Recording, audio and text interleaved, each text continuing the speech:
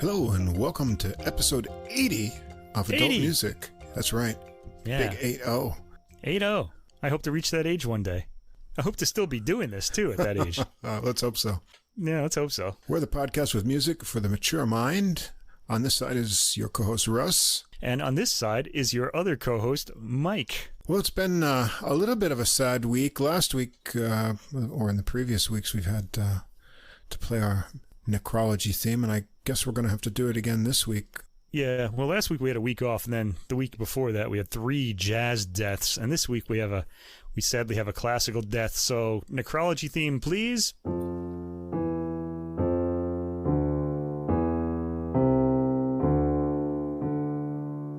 And there it is. All right. So we are sad and sorry to announce the death of the German pianist Lars Vogt, classical pianist. He died at the age of 51.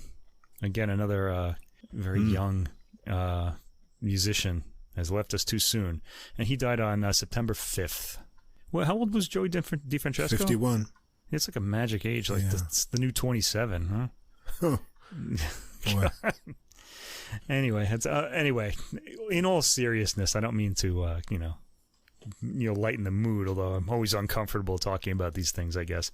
Vogt, at least, we still don't know about Joey DiFrancesco's death or Jamie Branch. We don't know what happened. Right. But we do know that Lars Vogt was fighting cancer for the last year and a half. He was diagnosed with cancer in early 2021, and he finally passed away to the sadness of the entire classical music world, because he was well-liked and a great musician, and also a pianist that I really liked as well, especially when he partnered with the violinist Christian Tetzlaff.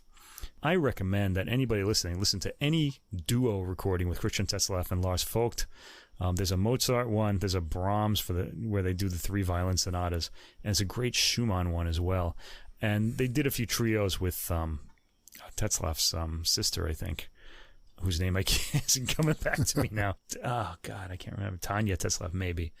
But those when the two of them are together, it was just magic. There was something. They just played off each other, and those are some recordings that I just love so much.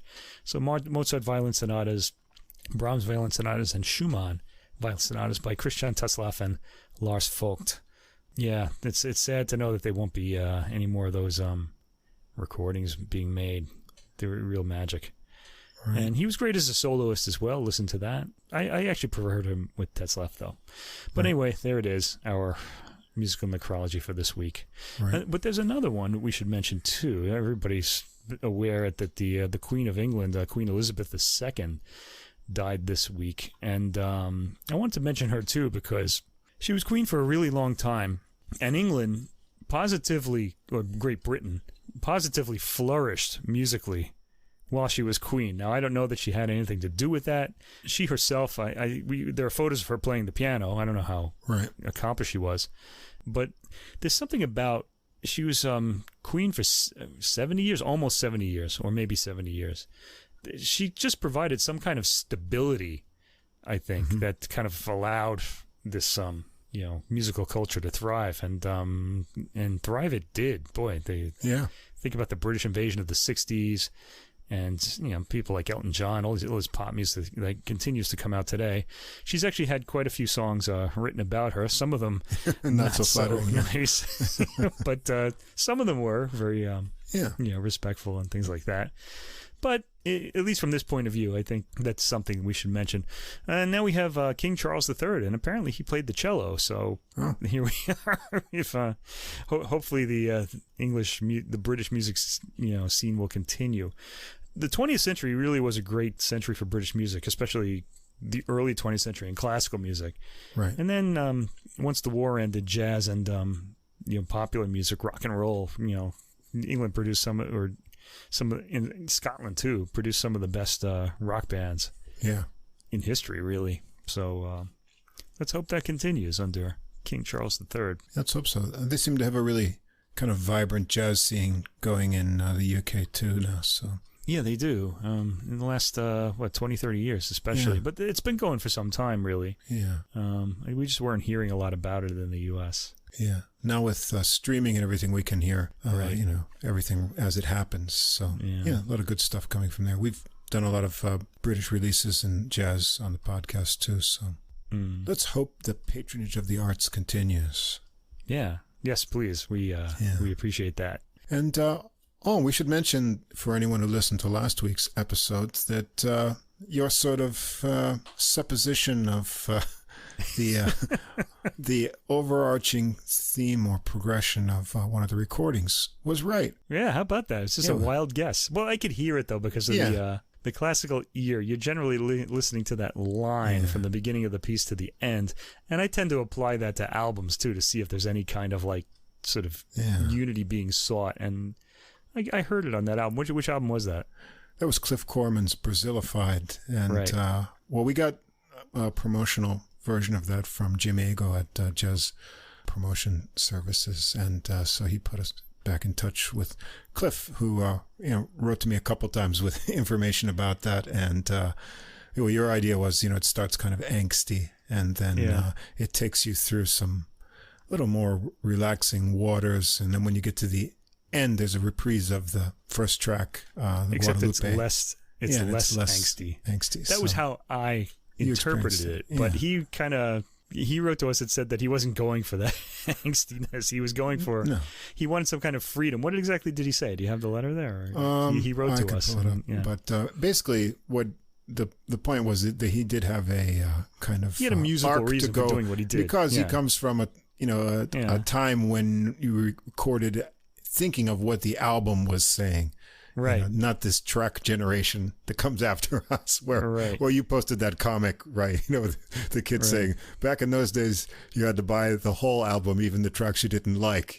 Right. I posted this on I should have posted that on the Adult Music Facebook as well, but I just put it on my personal Facebook page. But, we wanted to hear all the tracks and in the right order because that was important. So yeah, because it was almost like it was either a snapshot of where the artist was at that time or it had like a like Dark Side of the Moon. It had like a whole sort of process to it, a whole narrative.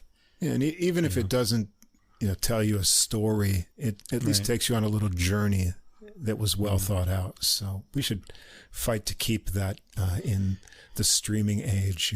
That's why we do this podcast, although we don't talk about popular music. So, but we could do some. If we see like an album like that, maybe we could talk about it. We'll see. There are still some. I think this evening we're going to be locked in the chamber a little bit for chamber music. But before we get to that and this week's musical selections, I want to remind everyone that in our episode description, you can find links for Spotify and Apple Music for all the recordings we're going to talk about. Also at the top of the description, there's a link to the full episode playlist where you can get all the music in one place on Deezer. You can also follow us there for the podcast. Just look for us, Adult Music Podcast username. And now, if you don't see the full description or the links on whatever app or platform you happen to be listening to us on, you can always come over to our host site, Podbean, podbean.com, where everything is easy to follow. If you enjoy the podcast, please do follow or subscribe wherever you listen to us. If you take a moment to give us a ranking or write a short review, that helps us get listed in the browsing category recommendations for music and music commentary. That helps us get new listeners, so that always makes us happy. You can also follow us on our Facebook page to get extra information, a little humor, new releases throughout the week. I put up a bunch this week because this week was a big jazz release week. And you can also leave a message or comment there on the Facebook. Or if you'd like to contact us directly, any comments or questions, we'd be happy to hear from you. Our email address is adultmusicpodcast, all one word, @gmail.com. Yeah. All right. So should we just get out the old the big old key and open the chamber door and go in there and see what's playing? Yeah. Let's go down and see what's going on in the chamber. All right. Our first, the first chamber. I feel like this is like a Mask of the Red Death type scenario that we're setting up here. Edgar Allan Poe. Oh, read it if you don't remember it, everybody. It's been a long time. It's actually about a plague, so perfect reading for just our what we modern need. Times. Yeah, everybody dies in it too, so it's I don't know how appropriate it is, but it's anyway. Here we are in our first chamber. We have the Italian composer Carlo Monza. Hey. Who everybody knows, of course. No, you don't. I hadn't heard of him before this recording came out, actually. This is, he lived from 1735 to 1801. Now, that's Mozart and Haydn's era and a little bit of Beethoven's. But Monza's going to be, he wasn't Haydn. He's from the Galante era, okay, which C.P. Bach is in a little bit. But some of the Bach sons, like Johann Christian, were more Galante. And this album is called Opera in Musica String Quartets, and it's an album of 6 string quartets. The artists are Europa Galante, who I love, and Fabio Biondi is the director. But he's taken it. Well, he's playing the first violin, Fabio Biondi, and the rest of the quartet is just taken from musicians from Europa Galante. They are Andrea Rognoni on violin, the second violin, Stefano Marcocchi on viola, and Alessandro Andriani on cello. I don't even have to listen to this album. I could just listen to their names. It's just very musical. They sound great. And this is on the French Naïve label. All right, so who is this guy, Carlo Monza? First of all, I looked him up on Wikipedia, and there's more than one of them, and they're both composers. This is the one that was born in 1735, died in 1801. He was based in Milan. And all 6 of these quartets are program music. So this is kind of there's a little bit extra interest in this. Yeah, than they're just interesting. They're quirky. There's a kind of quirkiness to them, but not a. Well, we'll get to that. The quirkiness is all on the surface, as is always the case in Galante music. And Biondi himself, in his booklet note, mentions that. So these are all program music, and this was in vogue in the 18th century. The style is galant, as I said, usually thought of as decorative and devoid of musical depth. It's all about style over... That sounds nasty, but that was the style. That's what they wanted. That was they weren't going for depth, so you can't really judge it on, no musical depth. I mean, this is the purpose. You want to listen to the surface, the style, all the musical curly cues that are going on there. It's all about style over content, but I'd say there's emotion in this work, or at least kind of theatrical emotion. Sort of, they're kind of telling a story. Anyway, as Biondi says in an interview printed in the booklet, Monza's music is characteristic of the late 18th century with delightful themes, varied moods, and a gallant tone. We should not look for a depth that isn't there. We risk betraying, it says it, and I'm guessing it means the music. Europa Galante is generally a large Baroque ensemble. Here they're just a string quartet.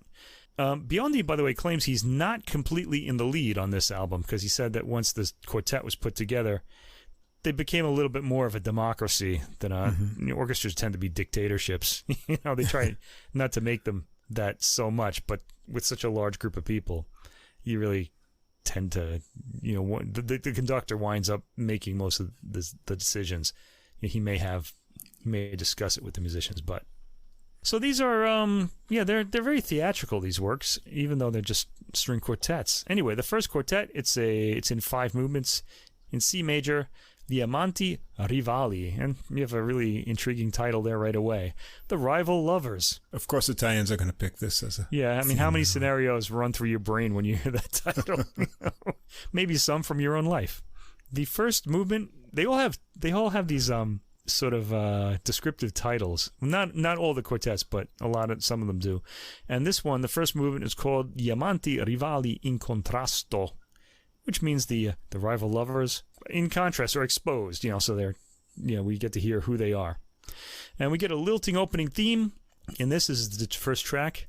As is always the case with Europa Galante, because I've heard many of their recordings as a bigger ensemble, they produce a rough-hewn tone. So it's not silky smooth. They like that roughness, and that's what really drew me to them in the first place.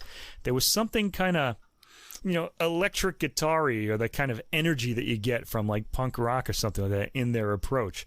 Obviously, they're not amplified, so you're not going to get that kind of sound. But I really, one of the nice things about that is you don't get a blend as much. You can hear all 4 instruments individually. Right. They all have different kind of timbral qualities to them, so you can kind of pick them out of the harmony a little more easily than you can with, let's say, a quartet that's playing on steel strings. I think this makes the music sound more exciting. I like this approach. I think they're playing on gut, but I'm not sure. because I'm not in touch with people like this anymore. I used to know all these things. Okay, so it's much lighter than rock music, as I said. Another characteristic I associate with this group is recklessness. I've heard recordings, especially of Vivaldi by this group, where they just take this breakneck speed and really race, and you don't always get great intonation, but you get really exciting playing. And I really appreciated that because it brought out qualities in the music that I wasn't used to hearing.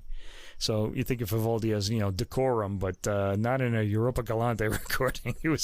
They had something else. They had a bit of excitement, sparks.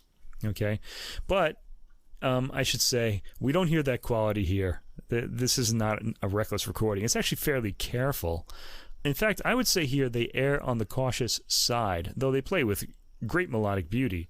I think it's probably because, as we have said with Renitsky and lately, who else? There was somebody else with this, that there's no sort of tradition of performing this music. Right. There's a tradition of performing galant music, but this music just doesn't get an outing, so I think they want to make sure they put it across, and they kind of err on the side of caution. This movement comes across as on the slow side of allegro. It's labeled allegro once the main section comes in.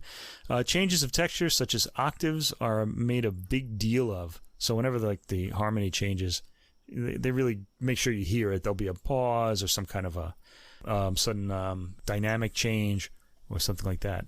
The drama is carefully articulated. The form is pretty straightforward. Both rivals, actually, to me, seem rather similar in character, but their melodies are different, so you can kind of tell them apart. I don't know. One of them's wearing like a different jacket than the other one, but they're. I don't think whoever the woman they're courting is gonna sees much difference between them, and that's probably why she can't decide. Anyway, movement 2. Si sfidano. They challenge each other. This is a really interesting one, recitative. It's like an opera. If you heard any of Mozart's operas, the recitative is when the character speaks before he sings his aria. And this has that quality where you'll have the person speaking, there'll be, say, a harpsichord setting the harmony beneath him. This is only 18 seconds long. In this movement, apparently they challenge each other. That's what it is. It's just like a talking violin, let's say. There are no words. It's just the violin using the opera recitative type melody, and there's a cadence at the end, so when there's a cadence, it's finished, it's gonna happen. Okay. Movement 3, il duello. That's the duel. I wonder what I'm guessing swords here, but you never know with a this kind of a duel, what weapons they're going to choose. Anyway, this movement is only 31 seconds. This is all going by really fast, sort of like in the spoken part of an opera. It articulates the duel. It's all very tuneful with a lot of bouncing the bow off the strings. There's a pizzicato at the end, which I think indicates the fatal stab. That's why I think these are swords, because I think that pizzicato indicates the piercing of flesh. The fourth movement is dedicated to the l'amante favorito muore. So the favored lover dies. Doesn't he always? It's always the goon that lives and he winds up with the girl. The favored lover would die. This is a muted movement with weeping, sighing gestures. That kind of thing in the lead violin. The fifth movement, La disperazione delle donne amanti. This is like a general overview. The desperations of women who are loved. I think that's what it means. I hope I'm interpreting that right. This actually sounds rather cheerful for desperation, actually. I guess the quickness of the theme is a kind of hand-wringing desperation. I'm getting hand-wringing out of this if that's the title. Anyway, the piece itself ends satisfyingly on an energetic movement. So I guess the woman's a little upset that one of her lovers died, and I don't know. I wonder if she's going to go with the other one. She might dismiss him now because he killed the other one. You never know. We don't find out. The next quartet, in D major, Opera in Musica. It's just a general description. It's an opera, like a sung dramatic work, with only music, no words. These all have, with the exception of the second movement, these all have just tempo markings, really.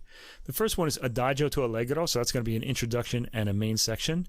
It starts with a unison statement. Whenever you hear that, especially if you hear in all octaves, that's dramatic. That's really big, because the composer is saying something absolutely clearly. There's no clouding or no harmonic kind of questioning or anything in that. So that's always a big thing to do. So make sure when you hear that, make sure you keep that in mind. Then it gets to the Allegro, which has a leaping theme. It's kind of cheerful, I guess. At 52 seconds, we hear the contrasting second theme, still upbeat and cheerful. At 2 minutes 11 seconds, we reach a cadence and then go into a quick development. And by the 3 minutes and 11 second mark, we're into a cadence approaching coda. Well played, good rough sound. The ensemble's a bit careful with this piece too. It's okay.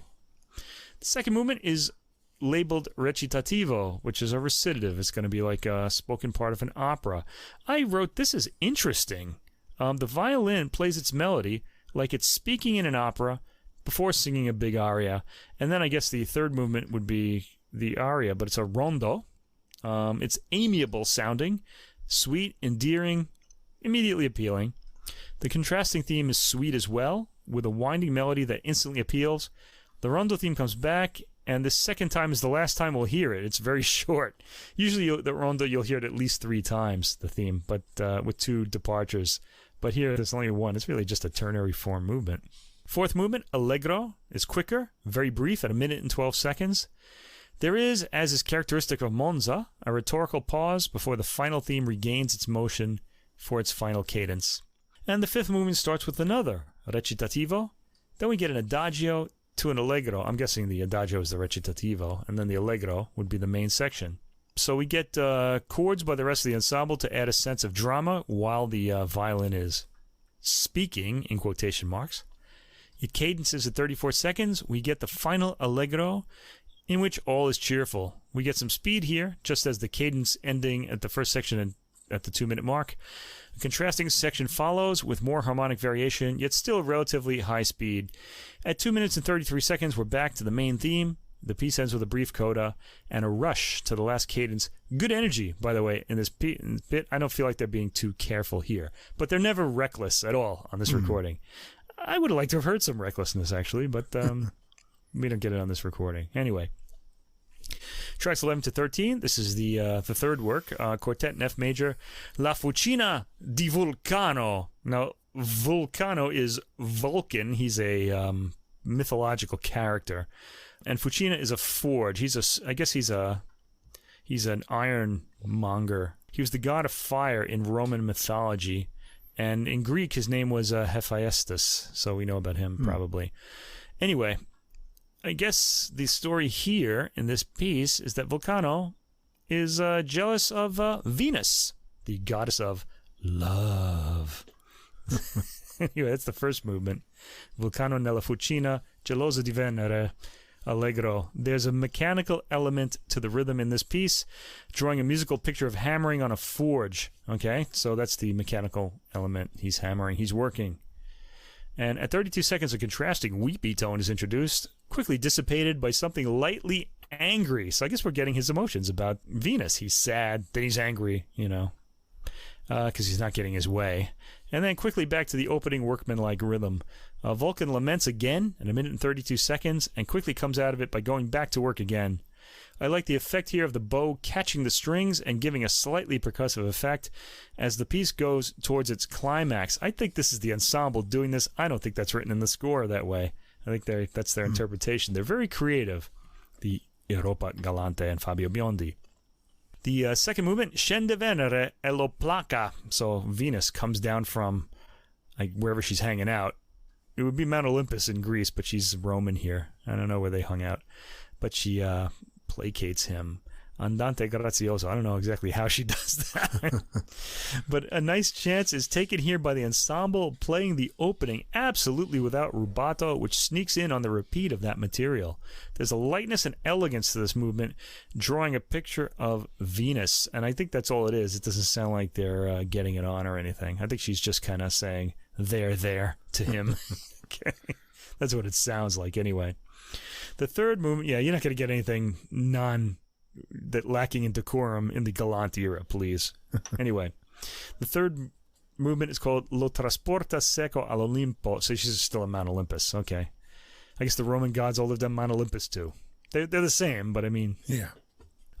So she takes him to Olympus This is a pretty straightforward allegro movement. Again, catchy themes. At 38 seconds, there's a slower, contrasting theme. We go through some episodes, get back to the main theme, and head to a satisfying final cadence. It's got a happy ending. Vulcan is happy. The program is rather light in this work. I guess we'll have to wait for the Romantic era 200 years later to see what happens next between Vulcan and Venus. The fourth quartet on this album, tracks 14 through 17. B-flat major, Il Giocatore, which in this case translates as the gambler. A giocatore could be anybody playing a game or a sport. The first, so this is about a gambler. The first movement, Adagio, has a calm opening, 26-second track. It's all parallel harmonies. In the second movement, Allegro, suddenly we find ourselves in this faster movement. Cheerful, almost celebratory theme. This would be the gambler gambling. He's happy. He's in his element. Europa, Galante do this emotion well. Good interplay between the voices in call and response segments. And the music, of course, is straightforward, as we would expect it to be from a Galante era composer. The third movement, La tristezza per la perdita. So he's lost, as gamblers often do. And he's sad. Tristezza. The sadness for losing. It's a real lament here for having lost at gambling. The two upper voices play parallel harmony while the cello weaves an anchoring line. There's a little bit of a smile given to this by the ensemble in the repeat of the first section, perhaps of sympathy. But the light, they're kind of distancing themselves from him and kind of like, sort of feeling a little bit of affection and compassion for him, it sounds like to me. But the light, dissonant lower tones in the next section communicate real suffering. They're accented by the ensemble. And the fourth movement, Il Giocatore Ravveduto. He's repentant. He's not going to gamble anymore. Yeah, right. Anyway, that's what it's called. Labeled affettuoso or affectionate. This movement is at mid-tempo and has a light sort of dancey quality to it, communicating the gambler free of his mental burdens. It feels carefree. Again, nice shaping of the lines and a good tempo by the ensemble here. I like the brief harmonic in the violin. I think it's the violin before the last section repeats. A little surprise in this very straightforward movement. And peace. Ends happily. Until the next time, of course. The fifth of the 6 quartets here, tracks 18 through 21, is in G minor. It's called Divertimento Notturno, just a nighttime divertissement or just diversion piece. So it's kind of light music for... This is the kind of music they would play when everybody's like out eating or doing something. It's kind of background music, basically. There's a lot of that we hear in concert halls today. It's kind of funny. People just wouldn't have paid attention to it when it was first performed, and yet here we are buying CDs of it now. Here I am, anyway. I'm one of the 0.01% of the world's population who does that. The first movement, Adagio, is a 56-second movement, and it acts as an introduction. It starts with dramatic chords, followed by like ticking figures that mark time, and then we go into a minuetto e trio. You couldn't really get more predictable than this. A minuet is, by this point, it's expected, let's say. It's not old yet, but it's odd to go right into a minuet. But this is marked divertimento, and so it could be anything. It's played at a slowish pace that allows the players to spend time on the gently curving lines. The themes are all amiable. The trio section is a bit more histrionic than the gentle opening, which is kind of unusual, I think, with high notes coming down to short phrases followed by pauses. The third movement, Adagio. A solo rising figure leads into a lilting theme with the cello marking time, followed by a cadence. All sections are very short and easy on the ear and the brain as well. At 1 minute and 48 seconds, there's a new section that contrasts with the theme, but not with the overall mood. At 2 minutes and 18 seconds, we're back to the opening material, and at 4 minutes and 3 seconds, we get a light coda heading to the final cadence. Fourth movement, Allegro non tanto, is a bouncing light theme, first stated quietly in a mid-range frequency, then high up with the violins in the lead. There are some charming details, like the pizzicati at the cadence, just after 1 minute and 30 seconds, all taken with the light wit it requires by this alert ensemble. A sudden speeding up to the final cadence also perks up the ears. Yeah, you want to hear music like this played by a high-quality ensemble, and I'm really glad they took this on. Anyway, the last quartet that we hear, tracks 22 through 25, is in E-flat major. It's called La Caccia, The Hunt. People really liked to hunt in those days. At least the aristocratic class did. The first movement, Allegro non tanto, has a dramatic chord followed by a sequenced phrase, which means it's like this short phrase that just keeps being played again and again and starting on a different note. It pauses on an open cadence and then adds some more rhythmic activity in the accompaniment as the violins pick up energy towards the section's cadence. Plenty of use of open cadences to tease the ear in this movement. Now, the open cadence is a way to build tension, and it's something that people like Beethoven especially would use like to extremely dramatic effect. But when you hear it, the mind is getting engaged because you're wondering when the musical sentence is going to end, as it were. Okay, so he's teasing us a little intellectually here too, but only in a very light way. The second movement, Temporale, temporale means like a big storm. A sudden change of character as more stormy, aggressive harmony and rhythm start up without warning. This is rather a tone painting of a storm. It's light in comparison to the one by Beethoven in his Sixth Symphony, but it evokes the image of a storm while simultaneously sounding cute. In other words, it's entertaining for the audiences or musicians of that day. Beethoven's would have come, was in 1808 or so. So it's got to be 20 or 30 years later, and music had changed a lot. Beethoven's storm is ferocious, and in a future episode, we're going to get to hear a particularly ferocious interpretation of it coming in a few weeks. That's just a little tease. I'm not going to tell you which recording it is yet. Anyway, the third movement, Unione de Cacciatori. By the way, any of you out there, any of you Americans who have eaten chicken cacciatore and are wondering what that means, a cacciatore is a hunter. So what it means is chicken with a sauce that a hunter would make. So it's stuff that he has available. It would have meat in it, and it would have probably stuff you'd find in a mountain, like mushrooms and things like that. So anyway, a cacciatore is a hunter, and this movement is called Unione de Cacciatori. So the hunters have gotten together after the storm to see if everybody's okay. They come out of hiding, reunite, and this is a brief at 35 seconds. Sounds lightly triumphant. They've all survived. Or haven't gotten hurt or anything. The fourth movement, Rondo de Pastori frattanto che I cacciatori cenano. Cenare means to eat dinner or to dine. So the shepherds kind of they're in the mountains too, and they assemble with the hunters and they all eat together and everybody has a good time. So the hunters party with the shepherds after the storm. The rondo theme is an appealing rustic dance, as we would expect from if we're evoking shepherds, filled with plenty of droning bass representing musettes. A musette is a French version of the Scottish bagpipe. It's a lot lighter sounding, but it has like a droning bass, like the Scottish bagpipe does. Contrasting theme just after 1 minute is simply in lower profile to the highly memorable rondo theme, but still dancing and winding. We hear the rondo theme again, then another contrasting theme, still dancing, then the rondo again. The rustic quality is maintained by the lower end of the ensemble throughout. Lovely light pizzicati end the work, very charming. Okay, so Monza's music is pretty light and very much in the Galante style, so there's no philosophy lesson here. Those of you who don't want a philosophy lesson might want to really give this a listen. It's highly appealing, and it's well performed. The music is all surface, but it's got a superficial beauty that shouldn't be dismissed for lacking depth. It's not about that, as Biondi says in his booklet. I enjoyed the music. The shaping of themes and touch of the players is a hallmark of this ensemble. I feel these works could have used slightly more fire. They err on the side of caution, but again, you can't really blame the ensemble. It's music that the world hasn't heard, and I think they really wanted to make sure they put it across in all its detail. But they don't err on the side of caution so much they make the performances unenjoyable. They're very good. They're pleasant where they could have been exciting. Let's just say that. And there's no problem with that. It's an interpretative choice. All rhythmic, and you really don't have any other choice because this is the only recording of this music there is. So there you go. All rhythmic profiles are strongly etched, and we catch the dance quality of many of these movements. These are appealing, charming works and performances, and if you're looking for something light to listen to that you've never heard before, here's something brand new, except that it's very old. I enjoyed these.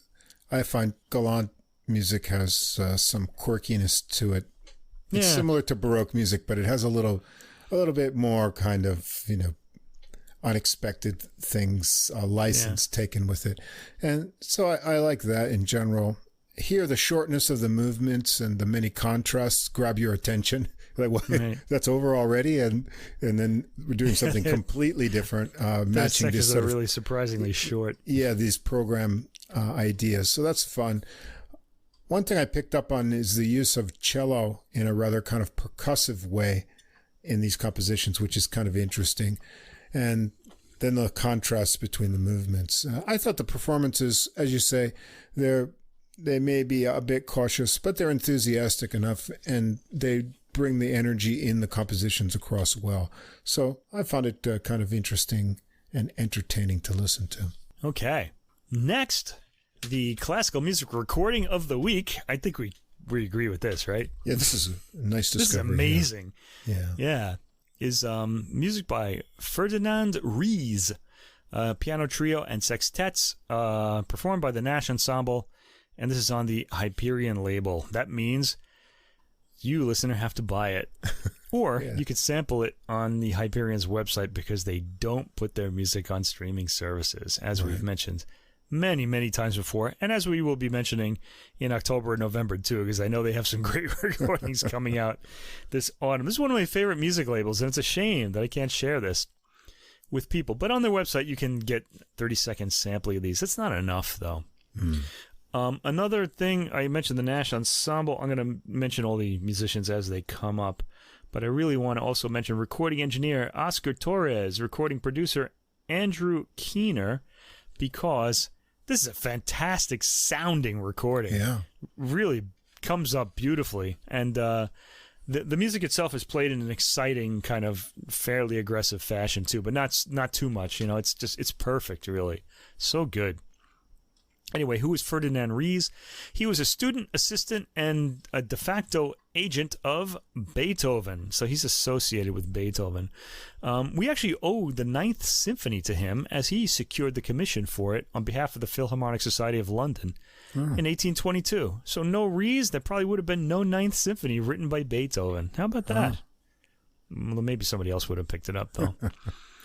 Anyway, Ries was in London from 1813 to 1824. And all of the works on this recording were probably composed in that period. Okay, let's go through this. There's quite a lot of interesting timbres, or instrumental quality on this album too. The first work, tracks 1 through 3, is a grand sextet in C major, opus 100. Okay, so the Nash Ensemble musicians on this are Simon Crawford Phillips on the piano, Stephanie Gonley, violin, Jonathan Stone, the other violin, Lawrence Power, viola, Adrian Brendel on cello. That name might sound familiar because he is Alfred Brendel, the great pianist's son. He plays the cello. And Graham Mitchell, double bass. Let me say that again. Double bass. That's usually don't hear a double bass in a sextet. Okay. Well, this is just such a rich sound. You're used to hearing, piano trios or a quartet, and then this is just the next level of fullness of sound. That really grabbed me. Yeah. Now, I should say in this, as far as the composition goes, the piano writing is highly virtuosic, and at the first performance, Ries would have been playing the piano, so he's taking the spotlight for himself. Hey, I wrote this piece. I'm going to be the star. It's a long movement. Yeah, and the other instruments maintain a supporting function throughout, although they make some pretty great sounds. This really comes across as a concerto for piano, in a lot of ways. Yeah. Okay, the first movement, very long, as you said. Allegro con brio, is it like 17 minutes or something? Now, that's not long for an orchestra, but a chamber work, that's playing for a long time. Not only that, I don't think the piano really ever stops playing for the entire 27 minutes of this piece. He's constantly playing. The exposition in this, this is sonata form. A sonata has 3 sections. It has an exposition, and then it has a development where the themes we heard are kind of like cut down and played in different keys and reassembled until they all wind up in the same key in the recapitulation, which we hear the same themes in the exposition, but one of them is now in a different key. And that's what a sonata is. And so this one's unusually turbulent, though. So my first comment here is I wrote, let's play Find the Cadence. There's lots of harmonic trickery in this movement. Please remember, for those of our listeners who are not didn't learn all the terms in classical music, a cadence, or even our jazz listeners who might not know, I don't know, but a cadence is sort of the end of a musical sentence. It kind of goes back to the tonic, the main chord, where the chord of rest, let's say. It's like a period at the end of a sentence in a book or something like that. But Ries uses a lot of harmonic trickery. There's a big, bold intro, full-on orchestration, and the bass provides some deep bottom end. It's a spacious sounding recording, as I mentioned. Good work to the engineer and producer. The piano is off to the races almost immediately, controlling most of the harmony, while with the rest of the ensemble tagging along. It kind of sounds like there's this enthusiastic guy the piano's like this enthusiastic guy kind of running through the mountains, and the other people are just trying to keep up. Except that, there's no issue with them keeping up. These are all fantastic musicians. I love the doubling of the bass and the piano's bass notes. It gets this big, fat kind of bass sound. That sound richly explodes out of the speakers. So if you have a nice stereo, it's going to be a real audio pleasure for you. At 1 minute and 50 seconds, we get the more tender second theme, with the piano virtuosely decorating the highly melodic line. At 3 minutes and 32 seconds, we reach a cadence. The material is extended with virtuoso piano figuration. And we reach, at 3 minutes 50 seconds, we think we're heading for another cadence, but we're in for harmonic shock. We get a false cadence there. And again, at about 4 minutes and 15 seconds, when we think we're finally heading to that same cadence, as the material is extended to 4 minutes and 39 seconds, when we hear another false cadence. When is this going to end? The cadence never comes, in fact, but we are nevertheless launched into what sounds like a repeat of the opening material at 4 minutes and 45 seconds. So it doesn't actually end and then go back to the beginning. We just kind of the beginning just sort of starts up again. Instead, this starts going in unpredictable tonal directions, indicating it's the development section of the sonata. So actually, the opening material doesn't repeat. It sounds like it's repeating, but then other things happen, and we realize, we're in the development section. Really tricky, Mr. Ries. They must have delighted the audience, or they must have gotten confused and saying, oh my, what's happening here? Anyway, at 8 minutes and 15 seconds, we reach a solid cadence in the strings, but the piano prolongs the final resolution with virtuoso material and a trick harmonic note at 8 minutes and 39 seconds. Write that time down. Listen for that. It's really fun. The piano is the trickster in the ensemble. So not only is he leading everybody on this journey, but he's also a bit of a trickster as well, refusing to find rest in a cadence. The strings hit an open cadence at 9 minutes and 29 seconds, but the piano overrides that too. Because when you hear an open cadence, you're expecting that's a dominant chord, and you expect that to resolve to the tonic. But the pianist says, no, I still got more ideas. The strings present a quieter theme. Piano provides a quiet cadence at 9 minutes and 56 seconds, and the material continues mostly with the piano in the lead. I really feel like the piano is saying, okay, he's getting in front of the group and say, look, we're doing this. And the rest of the ensemble is like, okay. I imagine this. I always imagine like an office scenario for this, We reach a return of familiar material at the beginning of the 11th minute, start heading to a cadence, and miracle of miracles, we hear one at about the 11 minute and 54 second mark. We go on from there with a quieter material of the second theme, now reorchestrated with a lot more figuration in it. It gets pretty stormy here in the recapitulation. At about 12 minutes and 50 seconds, we hear the second theme material again reorchestrated, with the piano taking the lead. The music gets agitated as it heads for its final cadence at 14 minutes and 13 seconds. You still with me, everybody? Okay. We get one last false cadence until cascading figuration lands us on the final cadence.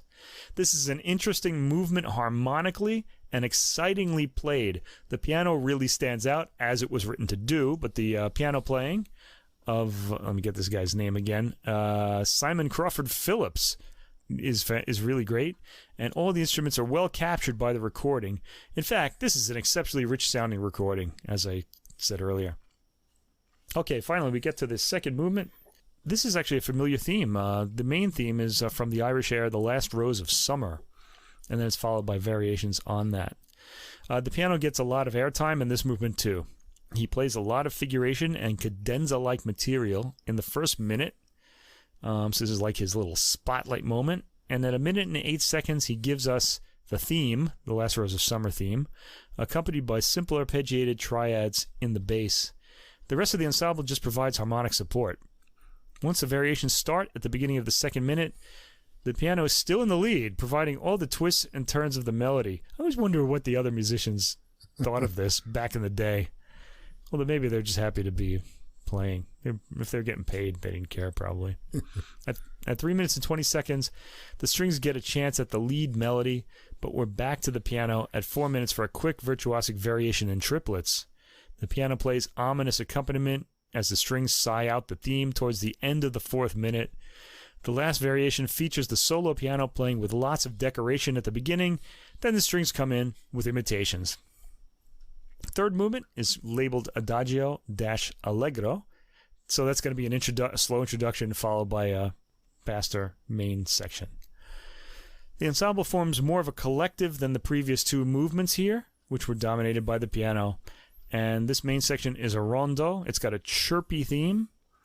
And the episodes all feature virtuosic piano writing, which highlights the return to the ensemble in the rondo theme section. So the rondo gets more airtime when the main theme comes, but not when it departs. Big chords at the beginning. We proceed with ominous pulsing chords briefly before the piano comes in with the excitable theme at about 23 seconds. Launching into a full-on melody at about 38 seconds. In the episodes, the pianist, who must be tired by now, launches into some high-speed figuration, complete with repeated notes. He takes the lead in the return of the rondo theme, then continues with his quick figuration as the strings take the theme.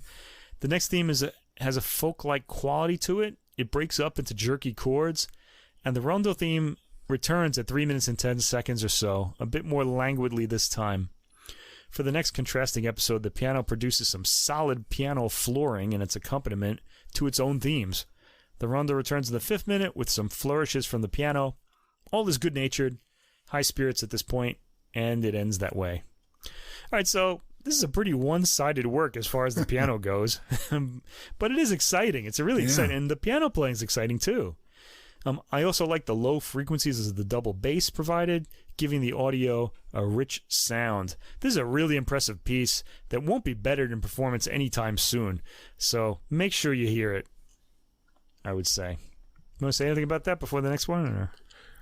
I just really like, the piano is impressive, especially this first movement. There's so much development. It's like a whole work in itself, and so it's kind of anticlimactic after that, although it's nice. But the double bass, this sextet setting is, even though the piano is the showcase, the orchestration of this bigger than what you're used to listening to with trios or quartets, really, and the sound is fantastic. It's really lush and enveloping when you listen to it, even when they're just sort of keeping up with whatever the piano is doing, the full range, and especially that weighty bass.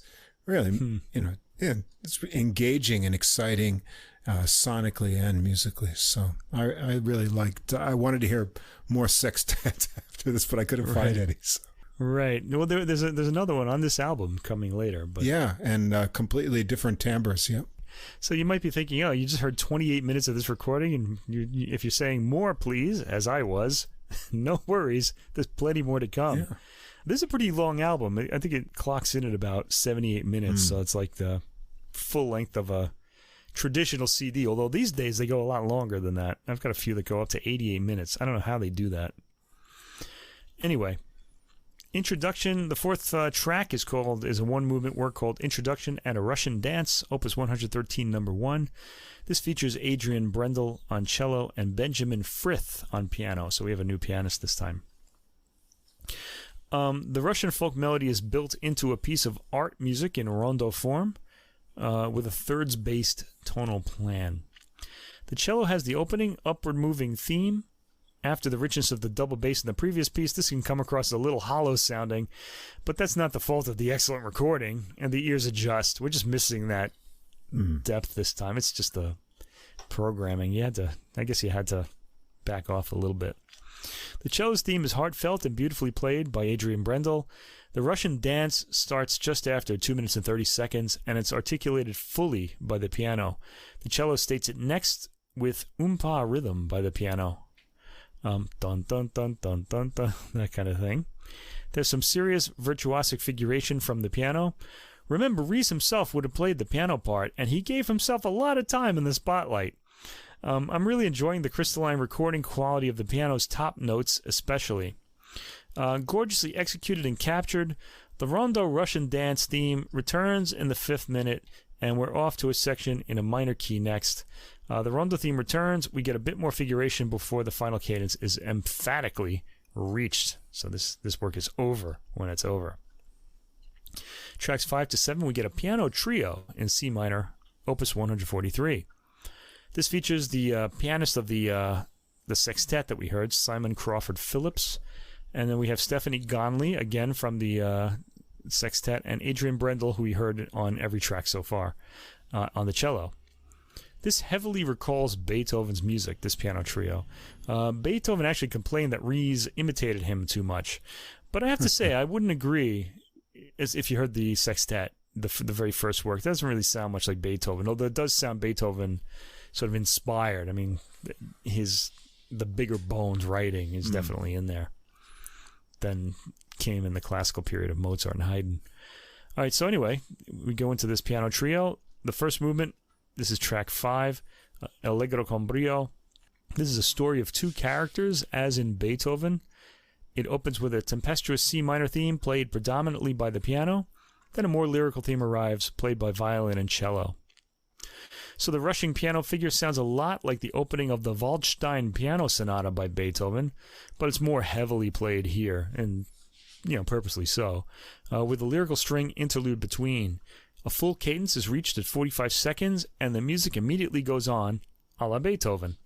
The music suddenly slows down for a lyrical second theme by the strings, and this time the piano follows up. The cello plays the second theme of the sonata at 1 minute and 30 seconds, very lyrical, with the piano repeating it afterwards in decorated form. At 2 minutes and 50 seconds, we reach the repeat of the opening material. In the 6th minute, we're in the development section. Ries is rather tricky with the harmony, allowing something to go on for a while so that we think we're in a stable section of the movement, then pulling the rug from under our feet. At 7 minutes and 13 seconds, we reach the recapitulations, which has some extra decorative elements from the strings. At 9 minutes and 43 seconds, we get a bit of an extended solo passage in the strings, then a rush to the final cadence, which is emphatically reached, which means it's solid. It's over. Anyway, second movement, Adagio con espressione, which has a different, highly improvisatory tone. The violin and cello's lines are often fused as if they were one wide-ranging instrument, and this is a really neat effect. I rather liked hearing this. The piano starts with chiming chords in the low end, and the strings play the theme in harmony. The cadence is reached just past the 1 minute mark, and a contrasting, lightly dance-like theme is introduced. Lovely playing by the ensemble to fuse the string instruments together. I'm also drawn in by the lovely retards taken by the strings going into a cadence, or the end of a phrase. Retard is a slight slowing down. They're so perfectly atmospherically taken. In the 3rd minute, we're in the opening theme being played with some new harmony here. The piano detail comes out beautifully in this excellent recording, as I mentioned earlier. A miracle of tone control by the pianist and mic placement by the engineer. There's a bit of a coda at the end to reach the tranquil ending, but then we get a surprise turn, and the movement launches into the final movement. There's no pause. between these two, really. The final movement is labeled Prestissimo, and it's a tarantella, the Italian dance, the southern Italian dance, offset with march-like interludes. It's a ferocious racing speed. The rhythm itself is very aggressive, and the ensemble plays this for all it's worth, seeming to throw caution to the wind, but coming up with perfect articulation and tone. At 1 minute and 9 seconds, we get a slowing down with a theme led by the violin. The rhythm for the fast section is beautifully realized, and the downbeats highly marked and the rhythm well articulated and dance-like. They get the style right, not just the speed. There's some nice tinkling piano figuration at 2 minutes and 23 seconds, and after, with the piano and strings trading lines, the main theme repeats, and we reach a satisfying ending. But wait, there's more. The last piece on this album is another sextet, as we said, but the instrumentation is completely different. This is a sextet in G minor, opus 142, and this features Benjamin Frith on the piano, who we heard in the one movement Andante on Introduction to Russian Dance. Benjamin Frith on piano, Hugh Webb on the harp. So we have a piano and harp in the same work, which was sort of in fashion at the end of the 18th century, beginning of the 19th century. Richard Hosford on clarinet, Ursula Leveau on bassoon, Richard Watkins on horn, and Graham Mitchell on the double bass. So we get a double bass again in this piece. I'm going up here. He's got it. Yeah, it's the same double bass player. I suspected it would be. This was presented principally as a duo for piano and harp, or two pianos, and it could be interpreted also as a sextet, as here, or a quintet. So it was written for different possible combinations of instruments. Anyway, the first movement is an allegro ma non troppo, and it's rather sedate in tempo. It's a little bit of a surprise after all the works we've heard so far, which are often racing at the beginning. The piano and harp are often treated as one instrument, sort of like the cello and violin in the piano trio that we just heard, with lines continuing from one to the other. And what strikes me right away is the new timbres in this piece. On the first introductory chords, we hear the clarinet in its high end, the bassoon and the harp then get some arpeggiated chords. Of course, the piano introduces the opening theme, but then the harp comes in to extend its lines. Piano and harp in the same chamber ensemble may seem unusual. As I said, they were all the rage in London, especially in the early 1800s. You'll want to notice that the piano and harp's lines are extended one to the other in much the same way that the violin and cellos were in the previous piano trio. The second theme, starting just before the second movement, is sweetly led by the harp. That's not right. Okay, but it is led by the harp. Again, the ensemble, and for me, especially the harp, are beautifully played and captured by the recording. There's a lot of timbral detail added by the horn, bassoon, and clarinet. Too much for me to articulate. You'll have to hear this. There's a lot of detail going on in this. The movement is rather gentle, with occasional Beethovenian sforzandos interrupting the line. A sforzare is when you suddenly hit the, in a gentle passage, you suddenly put a heavy, sharp accent on a note that off the beat. By 5 minutes and 50 seconds, we're at the recapitulation. Some nice combinations of instruments toward the end in the harmony. There's a brief coda that gives the piano a brief scale figure that the winds take over to draw to the final cadence. Second movement, Adagio con moto. Piano and harp are given expansive cadenzas in this movement, and the other instruments accompany with homogeneous block chords. This movement starts with a plaintive rising clarinet line accompanied by the harp, which completes its melodic line. The bassoon then picks up the melodic line, which the piano completes. Gorgeous use of timbre in this movement. The double bass doesn't make as dramatic an appearance in this work as it did in the opening sextet, but we do hear it deeply creeping in the second minute. We hear the whole ensemble toward the end of the third minute on sustained chords, and it's a gorgeous combination of timbres. The movement simply winds down to a final chord at the end that doesn't bring the movement to a full rest. It leads into the next movement's tonality after a pause. And the final movement, rondo, it has a strong Hungarian folk element to the theme. This is spirited back and forth between the piano and harp and between the instruments on the other hand. All coalesce in the unified ending. The Hungarian dance is a lively theme with all of those wonderful timbres being heard. I should mention that the piano, though he's pretty busy, doesn't quite stand out as much as he does in the previous works, probably due to the presence of the harp, which he's sharing material with. There's a sudden darkening to the minor at 1 minute and 16 seconds, a favorite technique with composers in the classical era. Sections are strongly articulated. At 2 minutes and 2 seconds or so, the Hungarian rondo theme comes back, and it's charmingly orchestrated here as it goes. The next departure has a hunting quality to it, with the French horn in the lead. The winds have the entire theme the first time it's articulated. I like the discreet way the double bass is handled in this piece. It's not used in the lush way it is in the first sextet, as I've mentioned, but it makes its presence felt in pinning down the harmony when necessary. And also, all of these works show quite a bit of variety as well. They don't really... I mean, they all sound like the same composer, but they're not kind of in the same mold, and I was kind of happy to hear that. I thought this album was a major wow, and really must hear for chamber music fans, really for any classical music fans. It's thrillingly played music and an exemplary recording. I don't think I've ever heard a bad recording by the Nash Ensemble. They're always exciting. They always get the measure of the music they're playing and articulate it exceptionally well, and I've been listening to them for... Geez, it could be 30 years now. They're not all the same musicians anymore, but the ensemble of this name has been around for a long, long time. Many of the members have changed over the years. They always deliver in an exciting way, though, and this album certainly does. All of the works are approached with good energy, and a newcomer to this music can't help but be pulled in by it as a result. So I'd say you have to buy this one, but discover something new. This is really the recording of the week. Yeah, very engaging.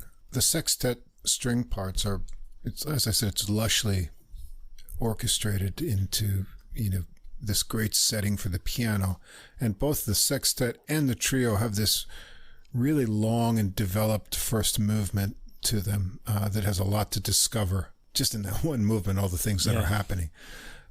The sextet with the winds and harp it's a completely different kind of setting. It's also very enjoyable, having the bassoon and horn tonalities. They're used to good effect too, to sort of do different sort of, tonal impressions. As you said, the kind of hunt feel with the horn and the bassoon gets a little kind of its traditional kind of comedy relief role a little bit with the tones, but it makes a nice blend there too. And what I found in that piece the most interesting is, as you were explaining, piano and harp in the same sort of field, how are you going to differentiate their use? Because the harp can be used more guitar-like or more piano-like.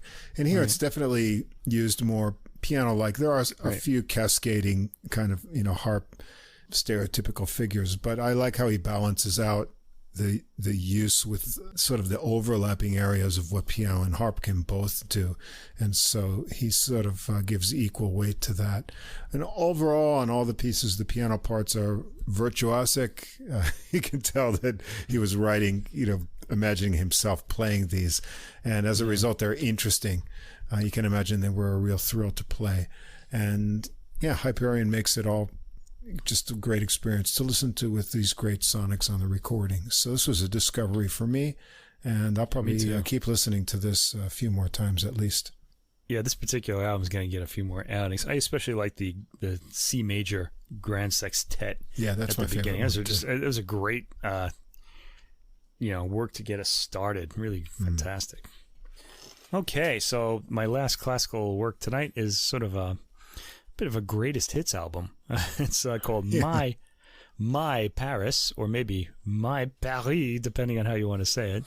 The flautist, the flute, is played by Ana de la Vega, and she's accompanied by Paul Rivinius on the piano. Now the piano, he's accompanying, but they're good piano parts for him. And this is on the Pentatone label. So there's a lot of French hits on this album. They're arranged for the flute and the piano. Not all of them are written for the flute. But the flute just goes so well with French melodies in general. It's kind of breathy and soft, sort of like the French language itself. It just kind of articulates the ideas that French composers come up with exceptionally well. There are a few pieces on this that should be hits too, so it's a nice mix. This album It's a single CD, and this is what I was talking about before. It's 88 minutes and 25 seconds long on a single CD, and she crammed all her favorites in. I think I kind of had the impression that when she was setting up this program, she said, "Oh, I have to put this one in. I have to put this one in." Didn't want to leave anything out. We get it all. Okay, it's a long time. I had to divide my listening into 2 separate sessions for this. It's a very long album. Anyway, we start out with the piece by Debussy, Prelude from L'Enfant Prodigue. There's some gorgeous piano in this piece. Sensuous flute line, to which De La Vega adds a sensuous tone. This is kind of sensuous and erotic, this work. I like when Debussy does works like this. She's very breathy in her playing, which appeals to me, and it also suits this music exceptionally well. Nice phrasing too. De La Vega is patient with the tempo, and that makes for a winning performance. She lets the music breathe, as it were, just as she's letting herself breathe. How about that? Anyway, this brief work, 2 minutes and 51 seconds, is pretty seductive and sets an appealing tone to the album. Okay. Anyway, second track, Clair de Lune by Debussy. We've heard every piano student we've ever heard play this. It's originally for solo piano. This works well for flute. De La Vega is sensitive and light with her tone. I do miss the thirds in the opening theme in this arrangement, though, because it's the opening, you hear that harmony in the melody line. For the flute, everything needs to be reduced to a single tone, though. There are plenty of niceties of phrasing that bring out the sensuality of the melodic material. Track 3, Gabriel Fauré, another favorite composer of mine. Après un rêve, After a Dream. This is a big classical hit, too. It's originally a song, so it has words, but not here. It's been arranged for many solo instruments and not just the flute. Fauré's writing doesn't attain the sensuality of Debussy's, but no matter, we get a beautiful tone here with a light, appealing vibrato for this famous melody. Track 4, Morceau de Concours by Gabriel Fauré. Morceau de Concours means a competition piece. You could have given it a name, but anyway, that's what it's called. It's brief and very appealing, actually, very melodic, and the title is nondescript, though. It's pretty gorgeous and surely wants to expose the quality of the flautist's tone in the competition. There's no real virtuosity here. Anyway, De La Vega wins this competition. She's got a great tone. There's an especially well-taken line that winds downward at around 2 minutes and 25 seconds. Track 5, Jules Massenet, Méditation from Thaïs. This is a really famous piece too. It's usually played in its orchestral. It's from an opera, and it's an orchestral interlude, and it's usually played as an encore by orchestras. But here we get a flute and piano version of it. It's played usually by a violin soloist, actually, with an orchestra, and it's got great orchestration, and we're missing that here. It's meditative, as the title suggests. It's a beautiful melody and a great transcendent chord change. You can hear it at 53 seconds. What's really holding my interest in this program is the flute tone and phrasing and the memorability and familiarity of the pieces programmed. We haven't had much variety, though, I have to say, and we're only on track 5. All of the works so far have had a melting the heart quality. All right, Anna, we get it. You have a gorgeous tone. Anyway, onwards. Cécile Chaminade, here we go. We're going to get a little more of a brain workout here. Concertino for flute and piano in D major, opus 107. This is an unfamiliar work to me, but an appealing one. It clocks in at 8 minutes and 22 seconds. We get some working out of themes in this. This is the intellectual quality I was talking about. We get some rhythmic energy by 2 minutes and 20 seconds. First time we've heard that. The other pieces just didn't call for it. And it's nice to hear some contrast, finally. Some very pretty orchestration right at and before the 4th minute between the flute and piano. We hear some rhythmic activity and breathy staccato bursts from the flute. Again, beautifully taken. The texture changes to something more traditionally romantic in the middle of the 4th movement. By 6 minutes and 30 seconds, we've got the tender main theme back. At 7 minutes and 44 seconds, there's a rather virtuosic trilling line in the flute to a light leaping rhythm. This piece is full of interesting surprises and a real discovery. Make sure you hear that. That's by Cécile Chaminade, track 6. Tracks 7 through 9 is a full sonata for flute and piano by Poulenc, Francis Poulenc. This is a pretty famous piece. If you know anyone who plays the flute, they've probably played this. The first movement, Allegretto Malinconico. The opening is taken much faster than any other version I've heard, and I'm most familiar with Emmanuel Pahoud's performance with Eric Lesage on their album called Paris from like 20 years ago now. Jeez, I don't even remember. The speed here leads us to some virtuosic playing of the chirping, trilling line in the second theme. Really beautiful. The movement slows down with the chords beginning in the second minute.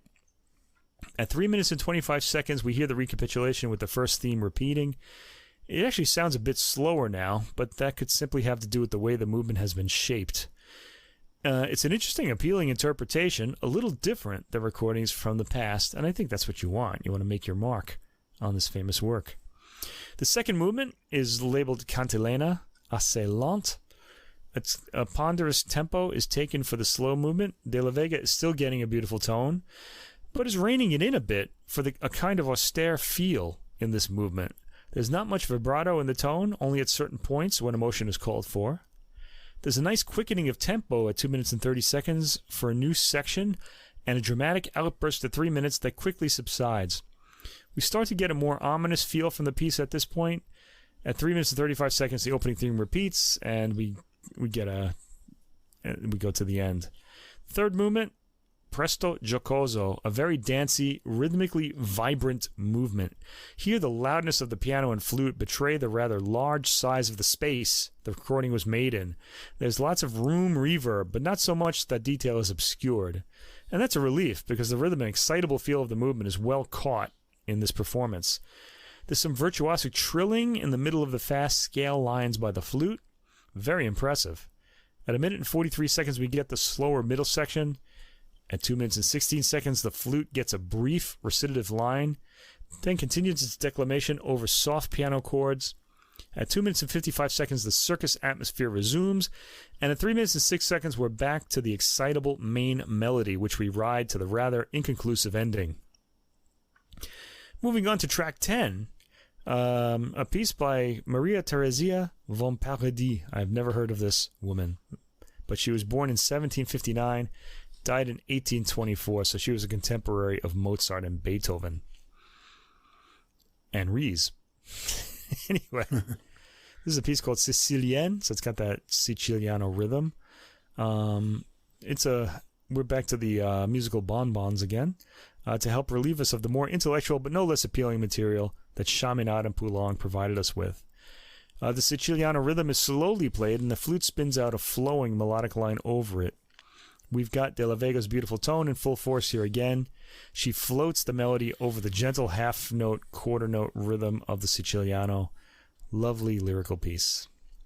Track 11, Saint-Saëns, Romance for flute and piano in D-flat major, opus 37. This has a somber beginning. After some somber opening chords, the piano provides an undulating, arpeggiated chord bed for the flute to float over.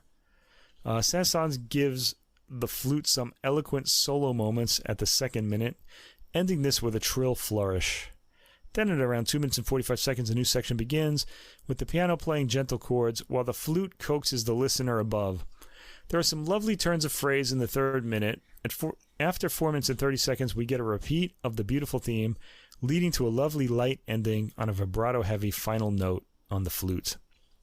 Track 12, another real find, Lily Boulanger. This was the great teacher, Nadia Boulanger's sister, who died very young and may have been one of the great French composers of the 20th century had she lived. This is a nocturne from 2 pieces. Has a similar piano opening to Liszt's La Campanella, like it's got that dun dun dun dun dun dun kind of figure, and the repeating notes leap from octave to octave, as in La Campanella. It doesn't do the virtuosity that La Campanella does. The flute plays a melody over this figure. The piano line really throws this melody into relief, as the piano is constantly moving, while the flute plays the legato melody. A lovely composition, well executed by the duo. I would encourage you to absolutely hear this too. Track 12, Lily Boulanger. She's a composer whose music really needs to be rediscovered, or maybe discovered for the first time. Tracks 13 and 14 are by Mozart. Now, you might be wondering what Mozart is doing on this album. Well, because he's not French, but he was in Paris in 1778, and he wrote a bunch of works while he was there. And this is one of them, Sonata in E minor for violin and piano, K304/300C. Now, this is obviously arranged for the flute here. It's a nice choice of works, actually. It works well with the flute. The softness of the flute's attack changes the whole profile of this work, which sounds more pointed and aggressive with the violin. It's a nice change in approach, serves the work well. De la Vega employs a lot of lovely sounding staccatos to her theme. However, with the light classical era piano writing, the piano really does blur into a haze during fast passage work, given the room's spacious acoustic. That said, the pianist, Paul Rivinius, seems aware of the room's acoustic and tempers his playing to suit it as much as he can. The flute sounds great throughout, and she's really the star here. The work is a straightforward sonata with a repeat of the exposition, the development beginning at around 4 minutes and 15 seconds. There's a clever rewrite of the piano line at the recapitulation, which begins at around 4 minutes and 45 seconds. At 6 minutes and 10 seconds, we get a coda that eventually takes us to the emphatic final chords. Second movement, and the last movement, is a tempo di minuetto, a minuet. It starts gently in the piano. The flute comes in with the second statement of the theme. It's all elegance, this movement. There's a contrasting theme that follows. The trio section starts at 2 minutes and 33 seconds, sounding softer with its gentle piano chords. All right, track 15, Maurice Ravel, Pièce en forme de habanera. There's a change of pace here. The piano plays the habanera rhythm. The flute rhapsodizes above it. Beautifully, of course. Track 16, another very famous work, originally for piano. Satie's Gymnopédie No. 1. De la Vega's breathy tone and beautiful phrasing fits itself into the poise of this Satie classic very well. Track 17, Debussy, the Menuet from Petite Suite. This was originally for a piano duet, and if you have been with us from the beginning, you might remember that Stephen Osborne and Paul Lewis French Duets album that we picked as one of our albums of the year last year. They do this on that album. We get enough of the detail of the piano's line given the acoustic. The harp gets the main theme, of course, and plays it breathily and beautifully. De la Vega communes well with Debussy's whole sensual antique aesthetic, or he's got this kind of ancient Greek kind of thing going there. Debussy, next piece, La Fille aux cheveux de laine, a very famous piano piece. This is another one that you've probably heard mauled by many piano students in your life. The melody is taken rather quickly and freely, but a sensuous, breathy tone always works in Debussy's lines, and it fits well here. I enjoyed the pianist's sensitive, evocative contribution. Okay, and the last track, track 19, is a pretty big one. Bizet, and I guess it was orchestrated or arranged by Daniel Rune, who was born in 1979, so he's a young guy. Maybe not anymore. But I keep thinking 1979 was recent. I don't know. I was in high school then. Carmen Suite. Now, this has been arranged from different arrangements from Born, Horowitz, Hubei, Sarasate, and Waxman. So Pablo Sarasate, Franz Waxman, Hubei. I've got a few. He features in a few of the Romantic Piano Concerto series on Hyperion Records. Vladimir Horowitz, the great Ukrainian pianist. And Born, I don't know his first name, I'm afraid. Anyway, it's a combination of all of these. And it's got three themes from the Carmen opera. The three famous ones. There are five or so very famous themes in that opera, but this is three of them that Carmen sings. Dramatic piano tremolos start this concert work. The flute starts its thematic material rather gently. There are some interesting piano chords in this. Once we get to the famous Habanera aria, this L'amour est un oiseau rebelle, the most famous aria in the work, the piano lays down the rhythm and the flute plays the theme straight once, then goes into some virtuosic figuration on it. Very impressive. We haven't gotten to hear De la Vega play a straight virtuoso piece yet, although there have been virtuosic passages in some of the works we've heard. So we're actually getting to hear her technique here. She's very impressive, and she maintains her breathy, sensual tone throughout, giving Carmen a bit of a soft-toned profile. She's very smoky and passionate in the opera. She sounds a little more approachable here, let's say. At the 4-minute mark, we're in the next aria, which is the Seguidilla, Près des remparts de Seville, which is slower and more ominous. At 7 minutes, there's a third aria, and I can't remember the name of it, but it's the one that goes tra la la la da da da da, and I don't remember what it's called. The whole work works like a fast, slow, fast work, sort of like an old Vivaldi concerto in its form. The flute gets to show some quick, chirpy virtuosity here. It's a fantastic performance. But this is an electrifying aria, and that quality isn't in the arrangement, or at least in the flute tone. No matter. It's all impressive and appealing and satisfying. There's a nice rush to the end, where a shout from the flautist, I think, precedes the final chord. So, and to conclude, this album is called My Paris, and Ana de la Vega's Paris is of a very certain type, a type that appeals to all of us: sensuous, melting, releasing one's cares to the beauty of the city and the art that was produced in it. There are many other Parises, and it would have been nice to hear some of those on this album for contrast. But it's a gorgeous record, and a good one to have, especially for people just getting interested in classical music, because it's got a lot of very famous works on it. You'll be hearing famous works being played as well as they can be played in this arrangement. That said, there's nothing not to like here, but perhaps it should be taken in separate 20-minute listening sessions, because it's very long, and I could have used a bit more variety, let's say. But no problem with these interpretations or performances. Yeah, it's a lot of flute. It's a lot of flute. And I should also mention, while she does change her attack, like her timbre, for certain pieces for variety, so it does stay interesting. It's not like she's just using the same sound for 80 minutes, but it's still it's not enough. It's a lot of flute, like you said. Well, I suppose, going with the theme, My Paris, the first 5 tracks are sort of requisite, the French greatest hits, so to speak. Yeah. But I was sort of zoned out because those are some of the more, they're the most familiar melodies. They're also of a character that sort of is rather relaxing. So for me, when I go back and listen to this, I'm just going to skip to track 6. Yes. Because I don't need to hear those other things. I did like the first track, though. That would be a good. Yeah, they're nice. Program track 1 and then go to track 6. But where it became interesting for me was with the Chaminade.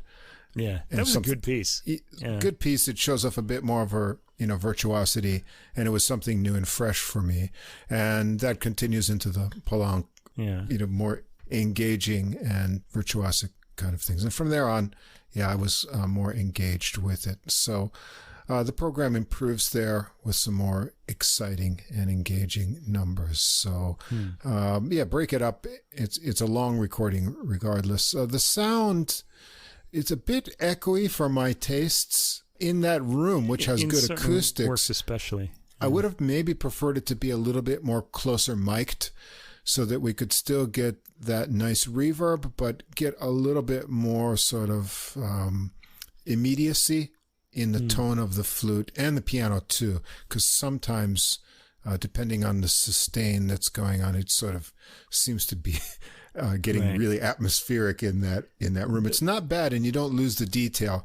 I just thought it could be a little bit inched up, maybe closer with the mics. I think this recording was made to make her sound at her best. I mean, she was definitely the star, so they wanted to, put her in the spotlight. Nice playing, and it's a mix. As you say, if you're going to do this sort of all of the French greatest hits kind of thing, they're all there, but there are some interesting pieces we haven't heard before, and some more challenging things as well. So it's sort of a comprehensive, ode to French composers, and some things, for flute, and some things, that are adapted for flute. So you get a little bit of variety along the way there too. Okay, so we're going to leave the classical chamber now and go into the The jazz chamber. The jazz chamber. Yeah, I guess here I'm just sort of mixing and matching with the chamber theme. Things that could have gone into different categories if we had, an episode with a theme, but we've done a lot of these piano and vibes and organ, and these are some interesting combinations, plus one that doesn't fit anywhere else really. And so I thought, we'll just get them under a bigger kind of theme. Yeah, got a few programs like that coming up, I think. So yeah, so we've had a couple piano episodes recently, but here's one that didn't slot in yet, but I wanted to get to. It's a piano, I guess, quartet and sometimes quintet with the addition of a sax. It's by a Spanish pianist, Roger Mas, and this is his recording Transparent, and it's on the Fresh Sound New Talent label, which we've done quite a few recordings from, and they're always coming up with interesting new artists. And Mas says of this recording, for this album, I have recorded some of my most intricate, complete compositions in regards to concept, style, and music. I've tried to have a good time with my traveling partners, and in that, at least, I have succeeded. I also tried to flow with clarity and intensity. This is, for me, a confirmation of everything that motivates and moves me, everything I search for in music and in life. So wow. I was kind of drawn to this, just I didn't know Mas's playing, and when I put it on, I got some kind of fresh vibes from it, so I thought I was going to check it out, and I liked the combination of piano with guitar too, and we get some sax added to the mix with all original music here. So we've got Roger Mas on piano. I'm not sure how to pronounce this name. Jome Jombart, guitar, and Bori Albero, bass. Jorge Rossi on drums, and on some tracks we've got Santi de la Rubia on tenor sax. And so we're going to start out the program, Llanuras del Transito. And we get a sense of Mas's very rhythmic playing from this first track, which kind of drew me in. So Mas starts it out with a subdivided rhythmic piano chord riff for an 8-bar intro. You can feel the 6-beat rhythm of the piece in this. Jombart adds some guitar chimes and trills as it goes to work into his entrance. Guitar, bass, and drums come in then, and the guitar has a kind of halftime feel that with a loping line over the piano part that has some fast rising notes in it. So the piano is very busy, and then the guitar is sort of floating in a half speed there. There's a contrasting section with syncopation that keeps it pushing forward, and Jombart adds some cool speedy triplet figures in there. It's kind of unique. He also solos first on guitar, starting with some really nasty downward pitch bends that will pull you into it. Then working in and out of the harmonies with stop and start phrases.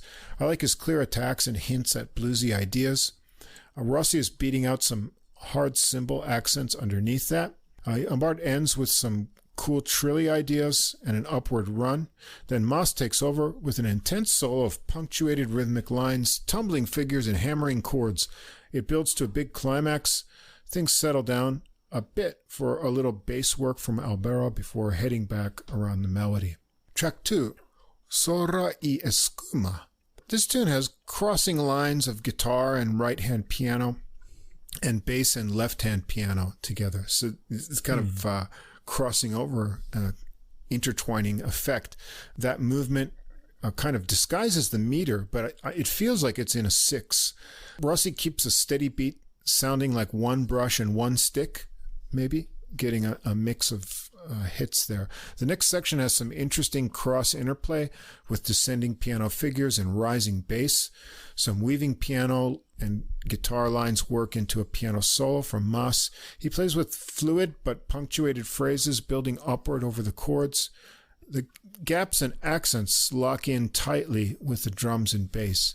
Jombart is next on guitar with a softer and more fluid tone on this tune. They repeat the melody, vamping on it a bit for Rossi to whip it up on the drums underneath. Track 3 is called Beyond Loneliness. This one is a waltzing minor tune with a melancholy mood. Mas starts with an arpeggiated intro. The melody is pretty with lots of space. Jombart adds light textured rhythm guitar behind Mas's melody, and Rossi has nice brush accents on the drum skins. Albero rhythmic pulses in the bass lines. Then Jombard has a turn on the melody himself. He underplays it tastefully and keeps anticipation until Mas joins him on parts of that melody, building it up together. It comes down soft for a solo from Jombard. He keeps the restrained approach nicely. Then Mas takes over with a more animated and rhythmic solo, lifting the spirit of the tune. Gets percussive with chords to a climax before it calms down, before the others leave Mas to a solo exposition. Again, he makes it dynamic until the others join back in for the final softer exposition for a little outro. And listen for Mas's final unexpected flourish at the end to finish it. Track 4 is called Dear Masters. This begins with a heavy repeated 2-chord intro from Mas over the plodding, slow 4-beat in the bass and drums. Here, Santi de la Rubia joins in on tenor sax, and he and Jombard work the modal melody in unison. The feel changes up to swing on the way through the melody in spots. Mas has some rhythmic chord fun, and Rossi mixes it up a bit at the end of the strain into a solo from Mas that comes out swinging. There's a lot of rhythmic variety in his lines and gaps, creating anticipation right to the end of the solo. De la Rubia solos next. He's smooth and relaxed, even when he gets more intense with faster and high register figures. They work through the melody again, with Mas adding some improvisations between the sax and guitar lines, some subdivided chord ideas and chiming chords as it fades out. Yeah, the drummer really likes the cymbals too. He plays a lot of them throughout this album. Yeah, it's one thing that kept drawing my ear. I really like that sound, so I was kind of happy to hear that. Not being a drummer, but I noticed it's one place where drummers can get distinctiveness in tone in their cymbal selection, the sizes and materials and brands. So they sort of get their signature sort of touch there. Right. I like splashy drum parts, though. I don't think you hear enough of them anymore. Yeah. I like it too. Bruno's Rhythm, track 5.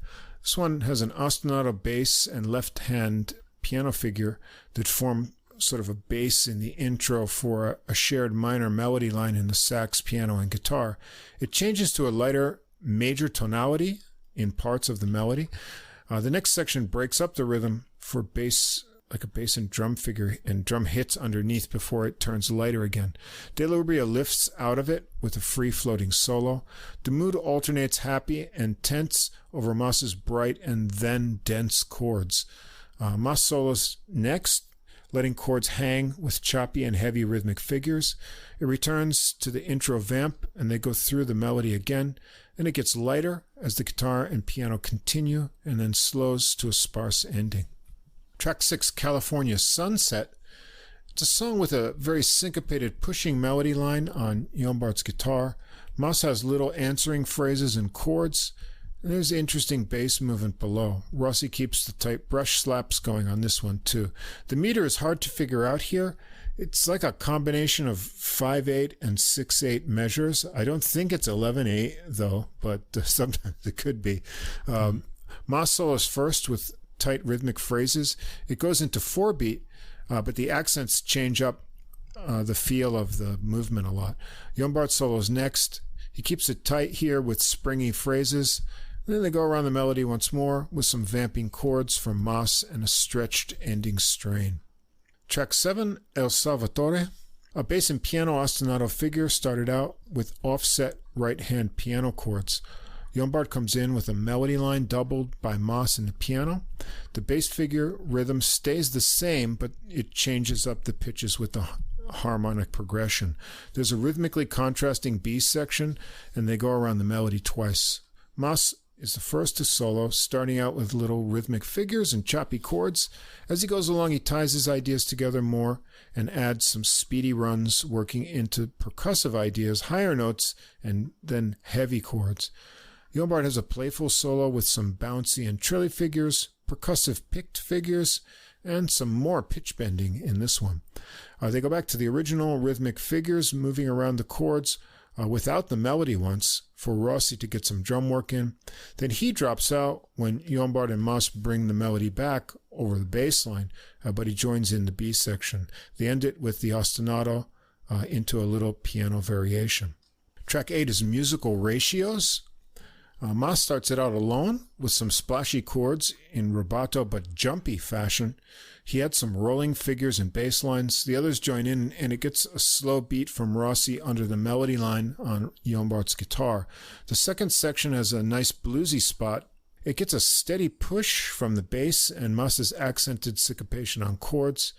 Mas has a more relaxing solo, leaving space between phrases, but he keeps a bounce in his lines, and he also adds a bit of that bluesy feel in the same spot that sort of lends to that where Jombart did it.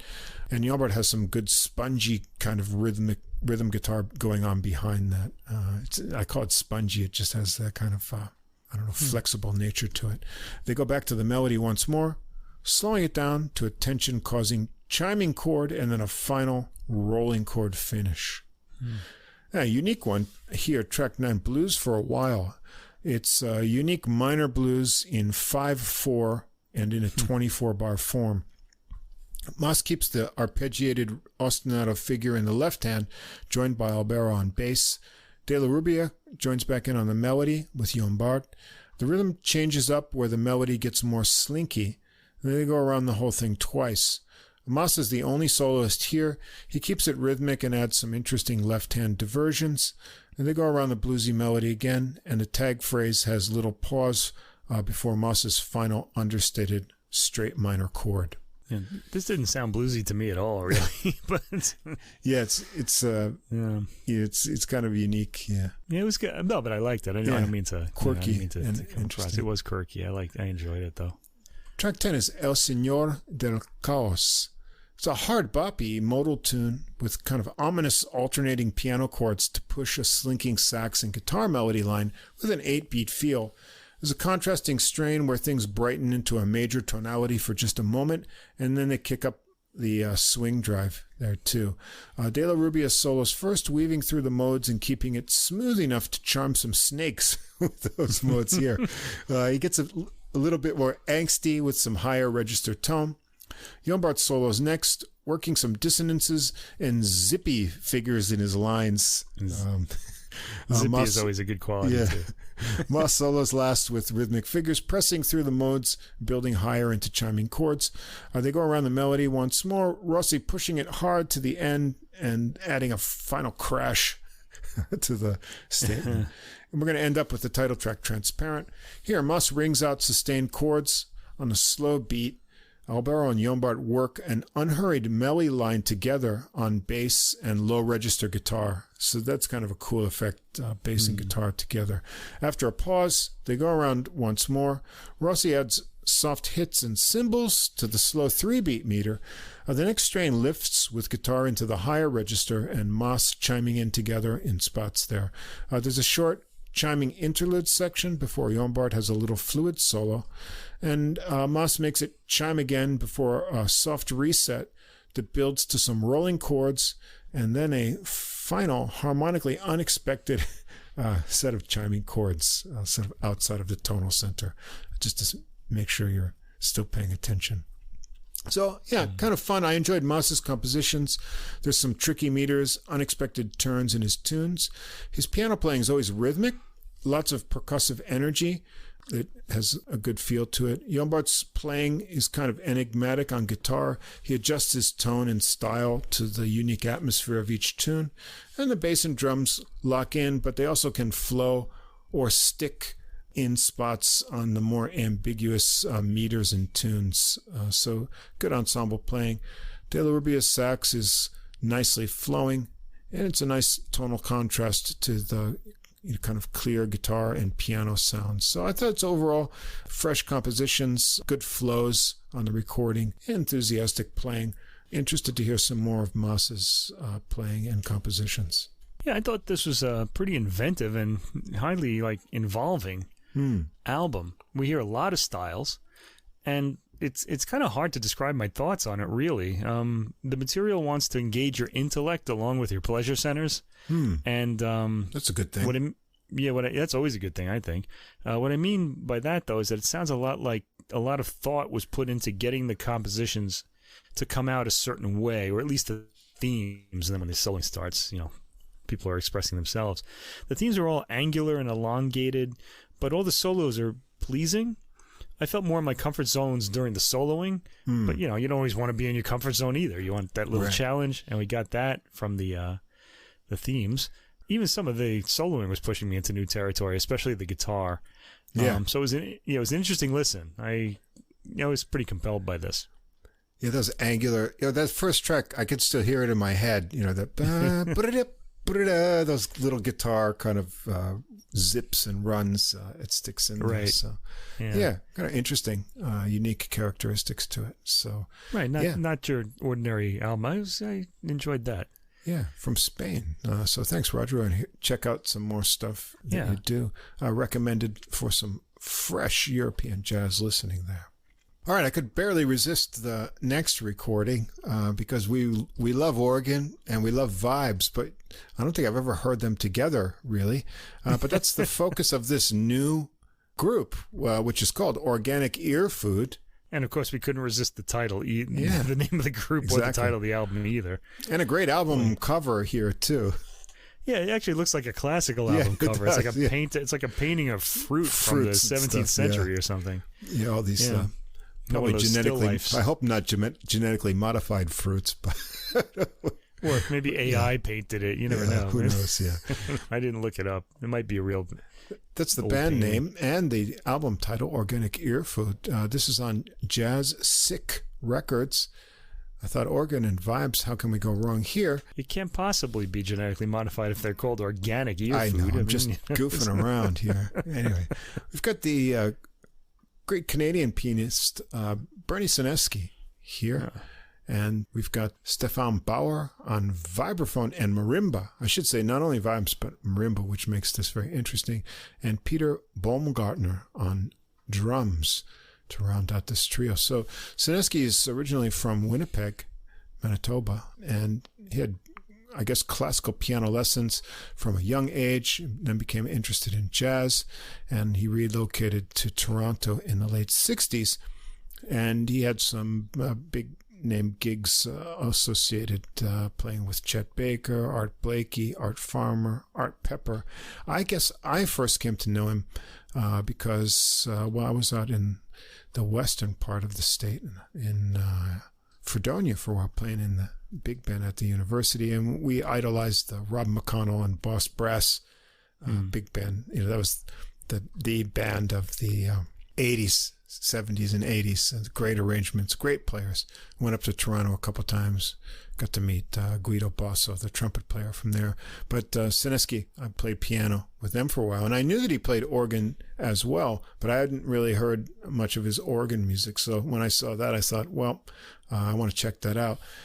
Also, he's on a recording I've been waiting to come out on streaming. That's this Canadian group, the Cookers Quintet. They have a album all called The Path, but it doesn't seem to be on streaming yet. So, is that the group, the Cookers, or is that a different group? Different group, yeah, the Cookers Quintet. These are Canadian musicians. So I see. I hope that will come out and I can get a listen to that as well.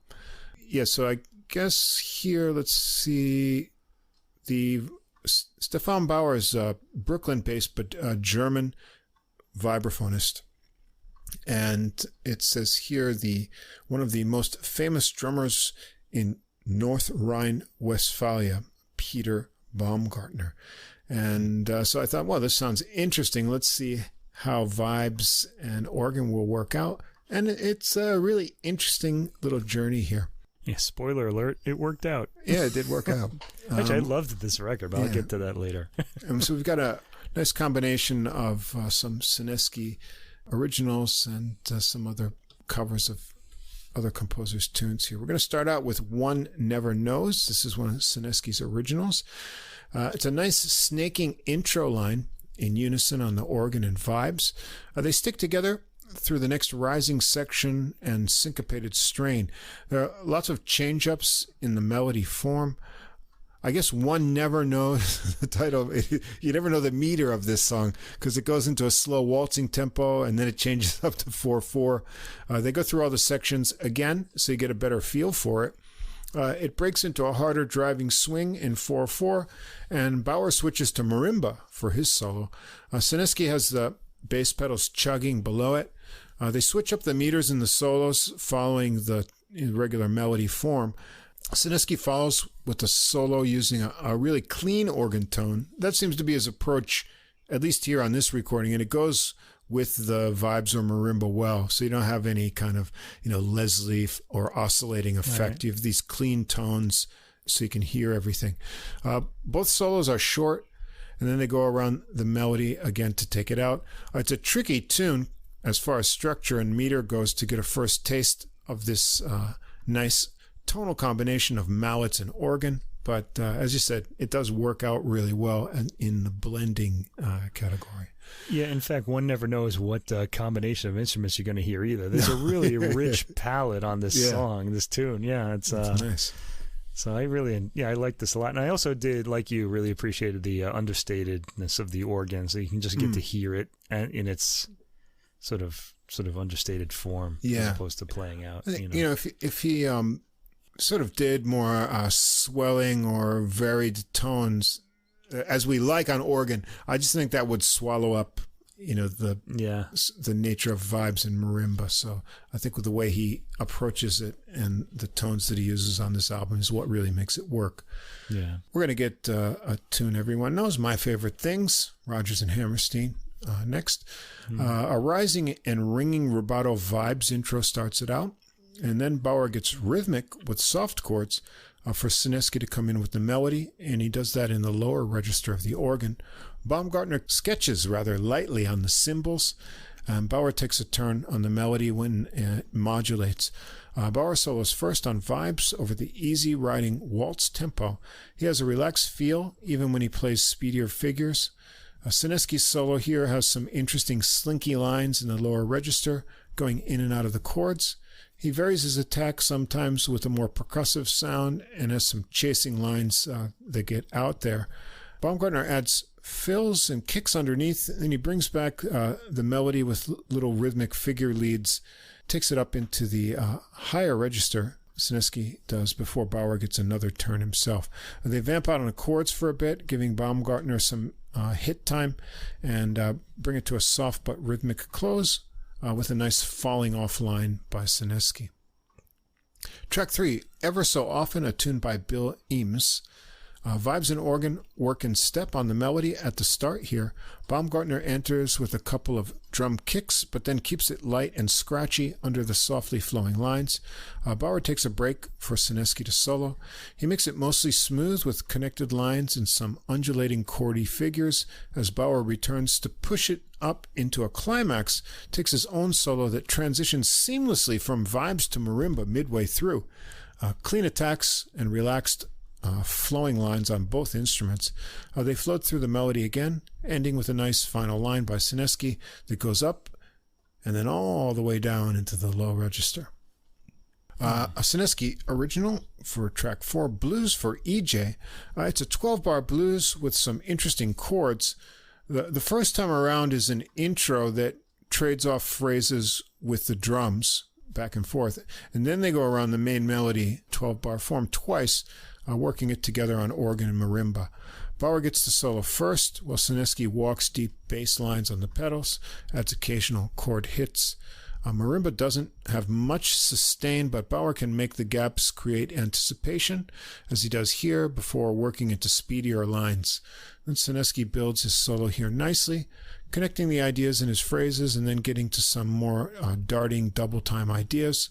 And Bauer and Senensky work some 4-bar descending riffs to give Baumgärtner 2 choruses to round out the blues form on the drums. They all work through the melody again twice and finish it with a mirroring outro to the beginning. Track 5 is Trinidad, Knut Hogson. Senensky starts it solo with a rubato organ intro that has some nice movement between the bass and parts.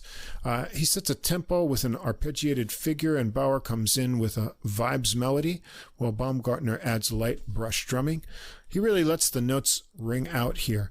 Senensky takes a softer rhythmic solo, and then Bauer has his own. And here they play behind each other during the solos, creating a nice lushness of tone. And Bauer takes the melody to the end with a lush slowdown and cymbals. Track 6, the Cole Porter tune, It's All Right With Me. Now, this is usually in 4/4, but they give it a brisk waltz feel in this arrangement. Senensky has energetic syncopated chords pushing the intro along over Baumgärtner's brisk cymbals and Bauer's improvisations. Senensky takes the melody in the lower register, keeping a nice bounce in it, and Bauer takes over on the bridge for a nice contrast, and Baumgärtner has tight snare fills underneath it all. Bauer plays a very melodic vibe solo that sails along, again switching midway to marimba, impressing with his agility and inventive rhythmic ideas. Senensky's solo is inventive as well, fun with some alternating riff ideas, weaving lines, a few bluesy touches, and then an animated climax before connecting directly to a final run through the melody and some final trading of improvisations with Bauer going around the form. We've got the title track, 7 Organic Earfood. This is by Bauer. It's a fun syncopated marimba intro from Bauer before Senensky and Baumgärtner join in. Bauer switches to vibes for the melody, letting it ring out over the unique swinging 8-beat feel that Baumgärtner keeps on the cymbals. We get a vibe solo and a bluesy switch to marimba as Senensky keeps the chords pumping underneath. And Senensky gets a solo too, then keeping it smooth and groovy. Bauer brings the melody back and he mixes vibes and marimba together. You can hear them both there when he comes back. They vamp on the chords a bit for Baumgärtner to mix up the drums underneath as it fades out. Track 8 is a Senensky original, Better Late Than Never. Baumgärtner makes an intro of some tom work into a little Latin beat. Then Senensky and Bauer enter and work the mysterious snaking melody lines together, Baumgärtner adding complementary drum figures. Senensky's good at writing these kind of slinky melodies, I think. Bauer solos on vibes first, then Senensky. They both keep the sense of open looseness of the tune, and once more through the mysterious melody to take it out. Track 9's another Bauer original, Jacaranda. It sounds like vibes and marimba together on an interesting syncopated intro from Bauer. It shifts to marimba as Senensky adds some vibes and percussive organ hits with Baumgärtner's cymbals. Senensky then adds a smooth organ melody line that contrasts nicely with the percussive mallet hits. Bauer has a relaxed and dreamy vibe solo, switching again to marimba. He makes some notes pop and works with repeated mallets nicely to get the notes to sustain. Then it's quickly back to vibes to work the melody in sync with Senensky's chords. Once more back to the opening marimba rhythmic chords and organ hits for Baumgärtner to make some tight tom textures underneath to a soft rolling final mallet ending. We're going to end up with Silver Train, another Senensky original, and actually we heard Pat Bianchi do this on his most recent recording we did a few episodes back on our organ episode.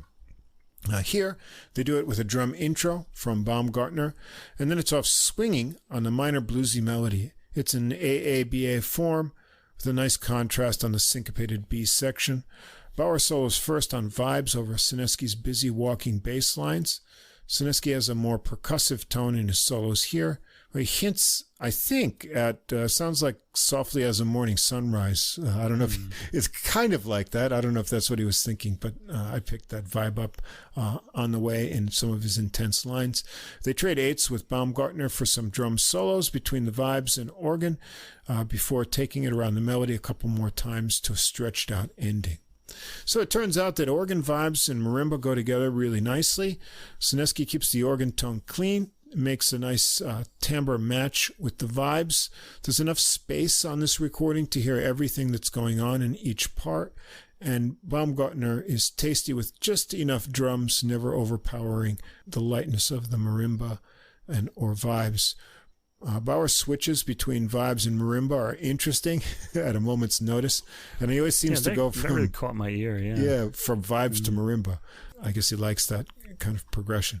The tune selections and variety are good, and energetic solos all around. I thought it's an engaging recording that's going to fill your ear with interesting timbres that you don't usually hear together.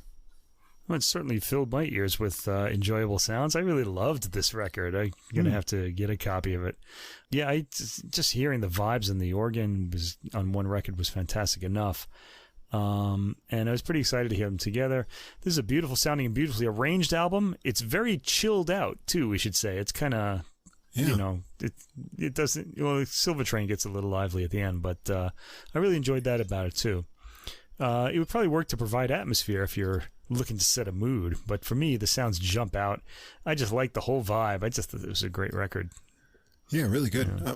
And I'm glad, at least since I've been looking at new releases, there was a re-release of an album that Senensky made back in the 80s, too, that was made available this year, too. So nice. I think he's an exciting keyboardist in general on both piano and organ. So I'm glad we're getting to hear more new music from him.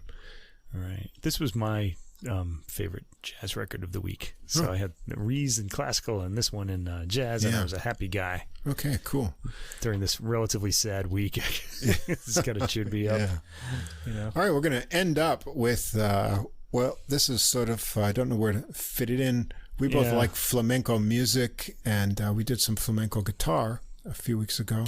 And here we've got one of the great virtuosos of the bass, who can't really the double bass, I guess you could say, right? The double bass, yeah. And here the 5-string bass is his preferred weapon of destruction here.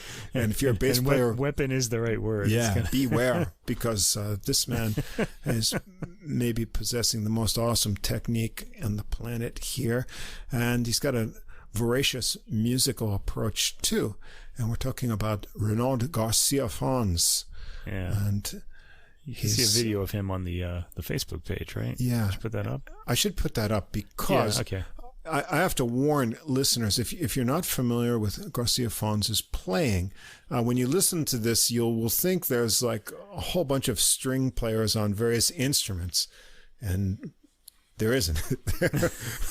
There's lots of instruments on this album, but everything, when you think you're hearing a cello or even a violin or a viola kind of tone, that's him.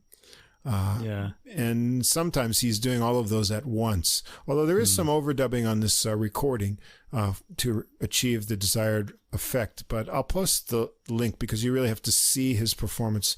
There's a NPR Tiny Desk conference of just him solo.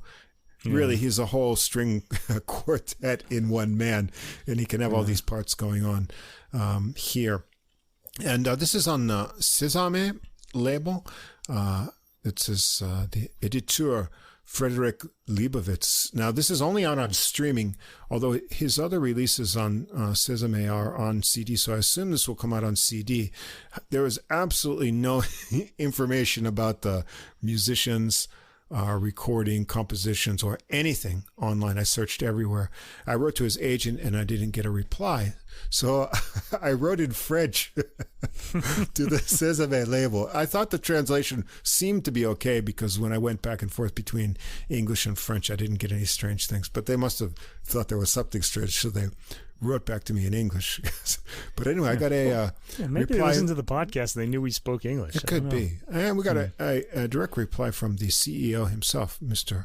Leibovitz, who got the information forwarded to me. So thank you very much for that. It would have been really hard to talk about this without that.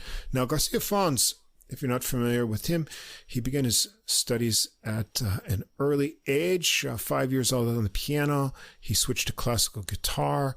He played some rock music in his teens, and upright bass he moved to at the age of 16, studied at the Conservatory of Paris, and he got this unique kind of, I guess they call it col arco sound, viola-like sound. He's sometimes called the Paganini of the double bass. And then he also got into jazz music, and he's an explorer, I guess you could say, into sort of the world music field as well. He's got some interesting... I think I'd classify this album as a world music album. Kind of world music, yeah.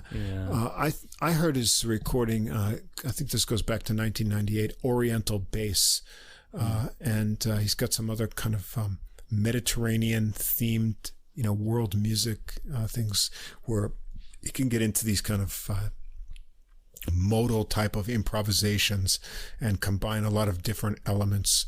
So you get improvisational nature. This is not, how shall we say, jazz idiom kind of improvisations, but drawing on a lot of different cultures combined with his amazing technique. And here it's all applied towards the kind of new flamenco genre, maybe sort of you could call it experimental flamenco.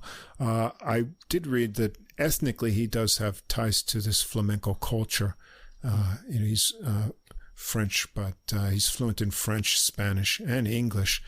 And so here he's going to give us this kind of journey into flamenco music. Interestingly, when you do hear sort of contemporary kind of flamenco jazz, you usually hear it with electric bass. You hear like cajon, electric bass. But here you're going to get this amazing acoustic sound, and get your stereo ready for this, because this recording is really dynamic and the bass is pressurized. It will really sort of create a vacuum and suck your windows in and out when you hear the bass here. Yeah, it's really a rich recording too. Yeah. Really very present, highly produced, but in a good way. Yeah. It's made it sound a little bit more like a popular music record, let's say. Yeah, it's very hot and immediate sounding. Now the information I got about this recording, it was in a spreadsheet in Excel, which I had to expand a lot of fields on, and I do thank them a lot for providing it, but they don't match up exactly with the tracks. So we're getting a general idea, and we'll have to take a few leaps of faith on the instrumentation. But basically, I'll list the musicians first and then refer to them as they go through. This is a long recording, 80 minutes, 20 tracks of music, so I'll try to get through them quickly. Well, this was a long week of listening to music, too, because I had two 80-minute one almost 90-minute albums, so it really did take a while. A lot of time in the chair this week. Yeah, we've got Renaud Garcia-Fons, his main instrument, the 5-string bass, which gives him this extended register. It does say that here he also does the octobass, which is sort of like this giant 3-stringed bass, this rather rare instrument. And he also does some percussion things, overdubbing here too. We've got tambura udu. And I'll have to tell you my udu drum story, because I did communicate with him recently, the man who makes most of these drums for the music world now. He was my high school art teacher. That's funny. Why don't you tell the story now, just before you launch into this? It was at high school, junior high school. Frank Giorgini was a school art teacher in New York. Giorgini, geez, every Italian-American lives in New York. So anyway, he took, I think he took time off. He went to Africa and learned to make these udu drums, not voodoo drums, but udu. It's kind of, pitch drums. And wouldn't you know it, that happened to be the sort of beginning of the world music kind of, pop craze, when you had Peter Gabriel and Paul Simon and everyone getting into like these kind of things. And he was like the mid to late 80s. Yeah, right? He was the only guy who knew how to, make these drums, outside of Africa. And so you could see his name on all of these kind of, famous albums of musicians, because he makes the drums for them, or at least he did at that time. I'm not sure what he's doing. I got in touch with him years later when I saw his name there. Is this the same guy? And it turns out, it was, just an interesting turn of career there. Anyway, so Garcia-Fons is doing these other percussions, cajon as well, which you'll hear on some tracks here. We've got Vicente Pradal, guitar and hand claps, which I guess they call palmas in flamenco. Ana Yerno also on hand claps. Negrito Trasante Croco, drums and percussion. Kiko Ruiz on guitar. Rabah Kalfa, percussion. Bendir and lute. Jean-Francois Roger, tabla, marimba, percussion. I don't think I could tell you where the marimba was on this recording myself. Bruno Kayat, goblet drum called zarb. Tambourine, Rick. Claire Antonini, lute or Baroque lute. Theorbo, guitar, lute, zither, bouzouki. David Ventucci, accordion. David Peña Dorantes, piano. Adel Shams, tambourine, goblet, drum. Henri Tournier, bansuri, an alto flute. Bansuri is like that sideways wooden flute, right. I guess. And Esperanza Fernandez, vocals, and also vocals Solea Garcia-Fons. I don't know if that's his wife or there's 2 female vocalists on here. Okay. Anyway, a cast of musicians. Let's jump into this, try to go through these quickly. Most of the tunes here are Garcia-Fons' originals. There's a couple that are also credited to the piano player, David Dorantes, as co-composer. Track 1, Jamboleria. Percussion, hand claps, and Vicente Pradal on flamenco guitar. Then Garcia-Fons enters on his high register 5-string bass with soaring modal melodies. There's some overdubbing of the bass parts, I'm sure, here, because you can hear a section with 2 distinct lines of bowing. This is at a blazing tempo in a 6-beat meter. It brightens into a more major modality towards the end. Track 2, Berimbas. This one starts out with Garcia-Fons on a bouncy and sometimes sliding bass line with light shaking percussion, I believe from Trasante Croco. Kiko Ruiz plays the melody on guitar and then trades to Garcia-Fons before taking it back. It's in a 5-beat meter on this tune. Garcia-Fons then has a low plucked solo that evokes the blues and incredible rhythmic figures. This is the one that hooked me on this album when I heard this. The bass is pressurized in the recording. It's sure to shake your room. Ruiz riffs on the groove that Garcia-Fons created, and then Garcia-Fons comes back with a bowed solo in the cello range of what you'd be hearing on most string instruments. Shows off his amazing technique and speed. The harmonies in this song are interesting. He continues on to the end, bowing the original melody. Track 3, Caballera del Amor. They get a minor 6-beat groove going with Garcia-Fons' plucked bass, percussion from Pascal Royando, and accordion work from David Ventucci. This one is a vocal number featuring Esperanza Fernandez. She sings the melody, which gets doubled by accordion nicely, but she adds some really interesting microtone pitch play in between the notes there. There's a contrasting, more lilting bridge section that breaks up the heavy minor groove, and it ends in a pause and reset for another verse. Ventucci adds some playful dancing fills on accordion. Track 4, Bajo Andaluz. Rapid, light, percussive bass figures transform into heavier bass and then modal, plucked solo improvisations from Garcia-Fons. There's hand claps from, I believe it would be Ana Yerno and Vicente Pradal. Garcia-Fons is playing like lightning, but keeping it rhythmic, and even slips in some harmonics in there. Bendy notes, speedy lines. This will blow the minds of all bass players who listen to this.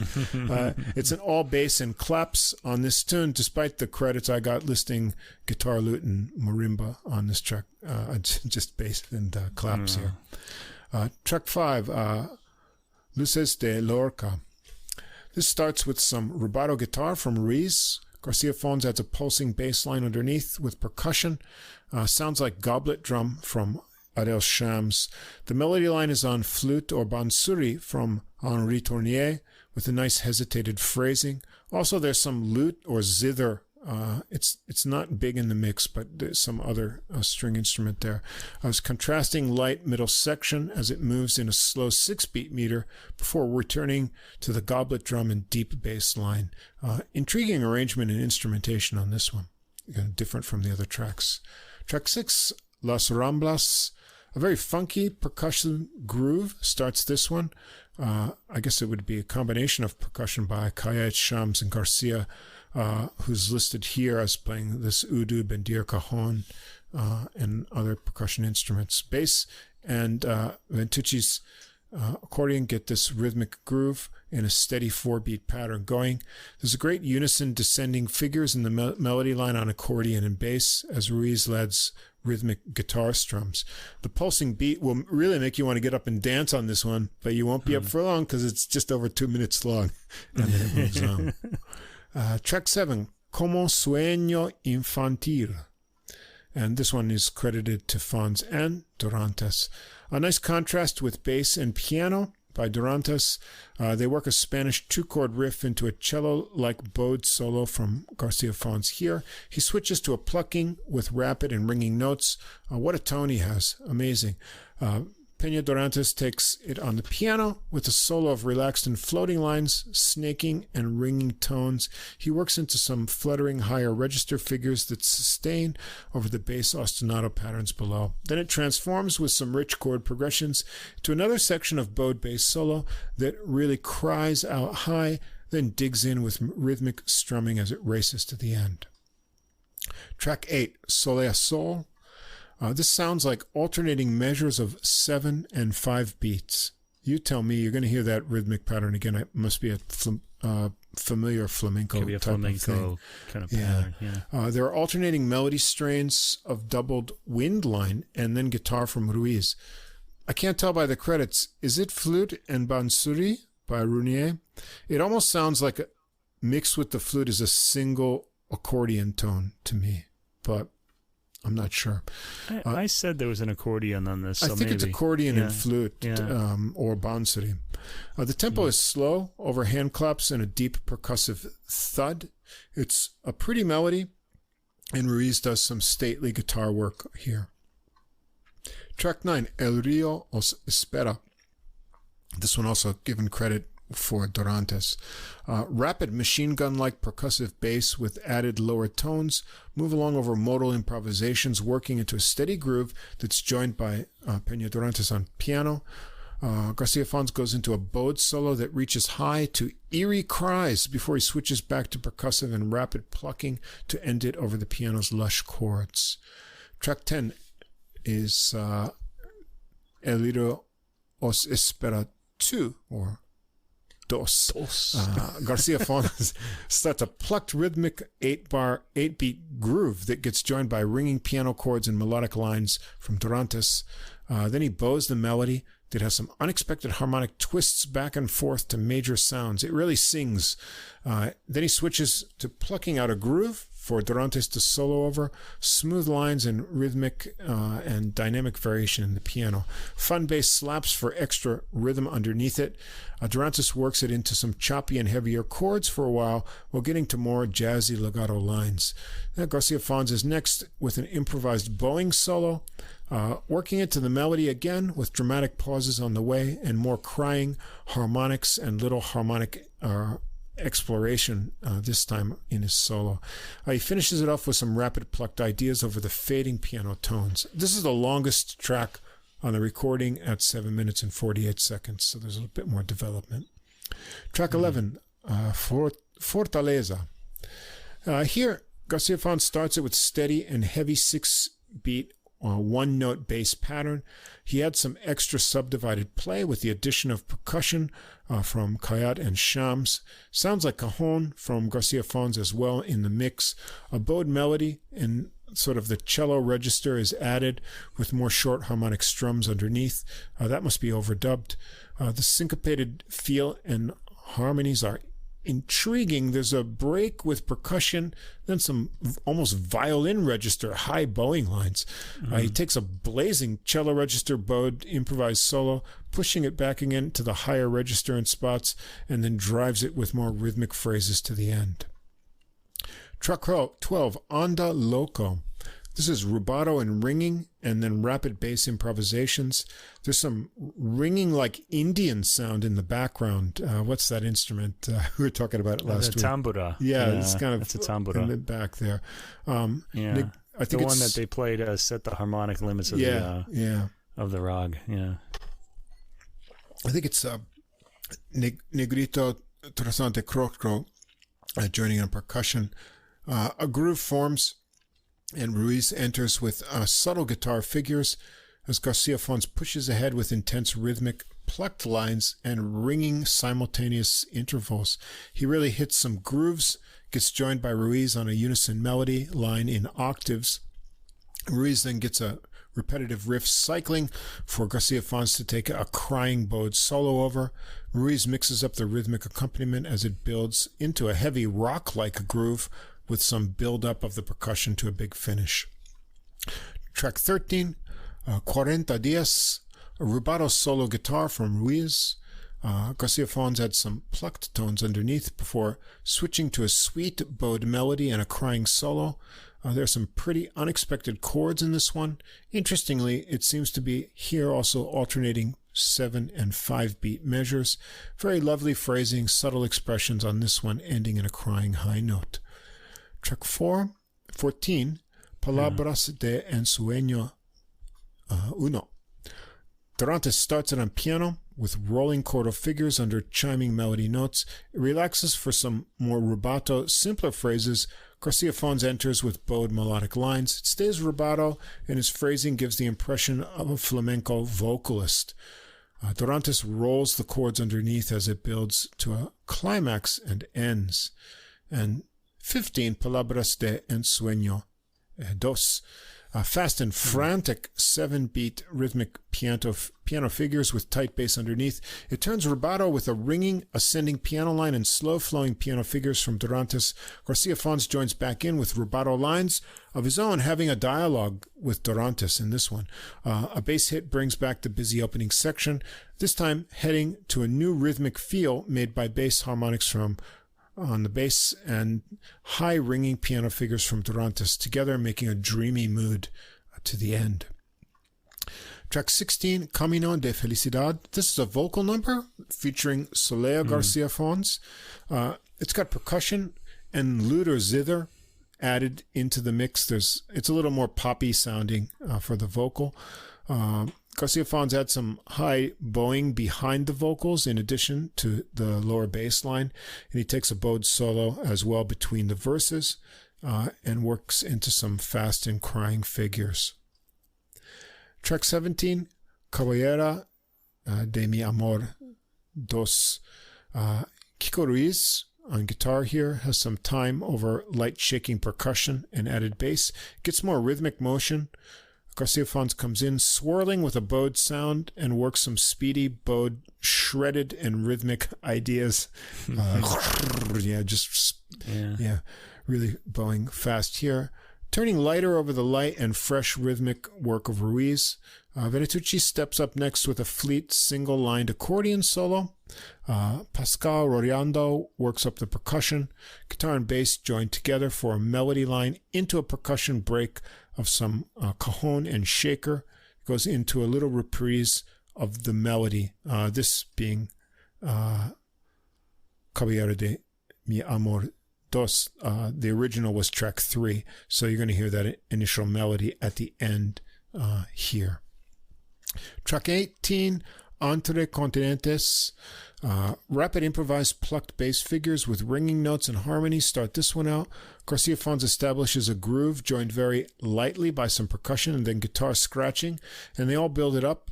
Negrito Trasante Croco on percussion, Ruiz taking over with some bouncy guitar.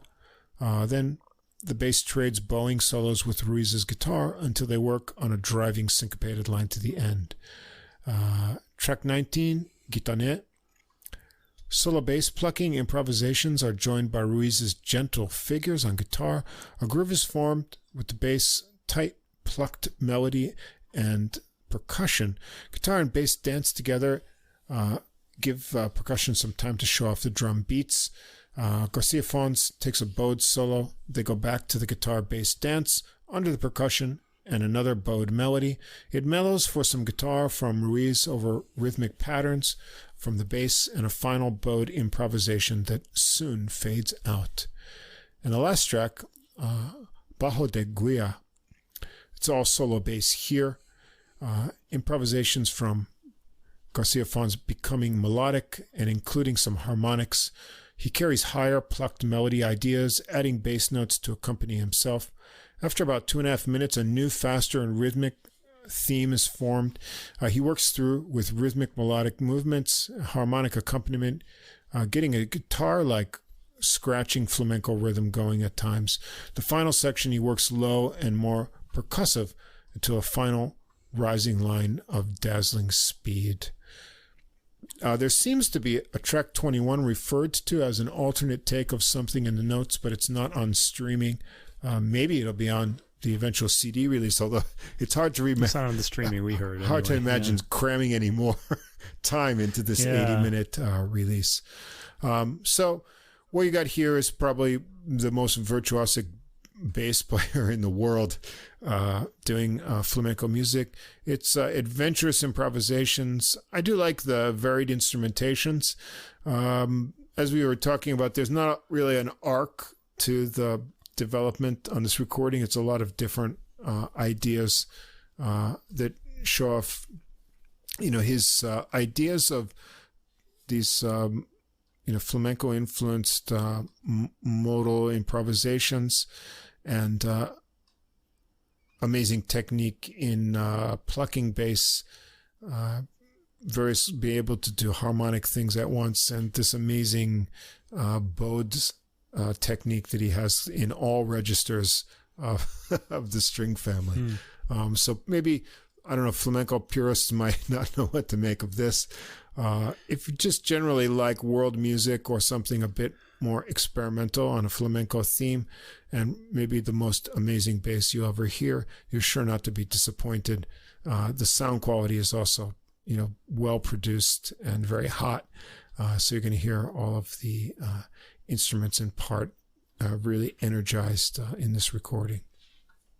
Yeah, I don't really know what to make of this album, actually. I will say, first of all, the virtuosity is absolutely fantastic. It's amazing, as we'd expect from players approaching flamenco, but this goes even beyond that. It's pretty. Although the guitar playing is pretty dynamic, but the bass is amazing. And it's very well recorded, but not to the point where it loses its personality. So it just sounds like really plush and coming out of your speakers, and yet it's got a lot of impact as well. The flamenco and rhythmic elements come up very, very well. And yet, I don't know, I just kind of felt like the album wasn't really cohesive to me. I'll explain why I think this is the case. First of all, I think this is a good kind of bookend to the first album we heard on this podcast, the Monza, because that was like a Galante style, and I said it was all on the surface. I think this recording too, it's all about what hits the ears. You're listening to the virtuosity and the really compelling sounds coming out of your speaker, but you're not getting philosophy, let's say, like I said in that one. You're not really getting any much intellect out of this. You're really being wowed by the playing, and that's great. The first track is really just blows you away, but and then there's 80 minutes of music more to come, but it doesn't go above that level, for the album. So I feel like you heard really a lot of what he could do, or the level of musicianship that you're going to hear throughout on the first album, and the ante doesn't get upped as the album goes on. So I kind of feel like this works well as a set of individual tracks. If it's on the if you're listening to this on streaming, you might want to just sample one or two tracks, or just listen to one or two tracks, which I think is what he thinks people are going to do. Young people tend to just listen to single tracks, and it'll work really well. You could just be wowed by that. As I listened to this going through it, I kind of wish I could have seen it more, because the virtuosity is so amazing. I wanted to actually see him doing it. This would have been great as a video, really. Right. Really. Yeah. Okay. So I felt I don't know. I was amazed by this, but the album didn't really leave me with this really satisfied feeling by the end. It took a long time to get through too. I had to do this in a few listens. So anyway, I'm interested in him. I certainly want to see more of what he's going to do, but I don't know. I just kind of I liked the music, but the album as a whole didn't really light my fire so much. Really, it might just be too long. Maybe, yeah. It could just be too much of a good thing. Yeah. And maybe that rich sound throughout, maybe it's just too much. I don't know. Yeah. But I did enjoy that. I liked hearing It's like that. an all-you-can-base buffet. And you're all-you-can-base buffet, and then you're just hoarding all the food like you're a Hawaiian, You just pile up the dish like 3 feet high and just chow down. And by the end, you just have this big stomach, even though it was all delicious, Yeah. I don't know. Anyway, you got to check this out, especially if you're a bass player. Yeah, I think you should check it out. Absolutely. It's a unique recording. And like I said, I wasn't sure where else we could kind of fit this in unless we did a flamenco kind of. Yeah, I'm glad I know who he is now. I mean, I wasn't aware of him before this. But definitely an amazing bass player, and got the other musicians on here are really good, especially Ries's guitar playing, and like that. I actually think he could have easily broken this up into 2 different recordings. And then, put one vocal on each one, and maybe split up the piano pieces. I did like the variety of instrumentation, with the piano on some, just piano and bass. Maybe get some more varying tempos, from track to track or something like that, Right. But definitely an amazing virtuoso of the bass. It's hard to imagine anyone being able to do more with the bass. It's not only the technique. I mean, he does elicit some amazing feelings. When he does, his bowing solos, the tones that he can get actually gets the hair up on the back of your neck, like and as a result, it made me want to see a video, because I wanted to see how he was doing it. What he was doing to achieve some of these sounds. Right. So Anyway, I was. It's a recording that will really amaze you with the technique and sort of sonics. So thanks again to Frederic Leibovitz for sending me those credits. And I don't know, I guess it'll probably come out on CD eventually, like his other releases. And we'll see what else Garcia-Fons does in his world music excursions. Check out that Oriental bass recording too. If you like check this that one, out and see. Yeah, pretty cool. We generally like we were, what we were listening to a couple of weeks ago, Constantinople, and I like that one a lot. Yeah, that was really good. Yeah, we like these kind of, world music. We've done a lot of flamenco this year. This is, I think, our 3rd one already. Yeah, our 3rd kind of flamenco. Yeah. So even I'm still learning. One was more world oriented, and then we did the Ignacio, I forget his name, Luçar de Monteverde, and his was first kind of more classical flamenco oriented. Yeah, his recording last year, that was more of a world music sort of along the Silk Road elements of flamenco, and this year is sort of more of a historical.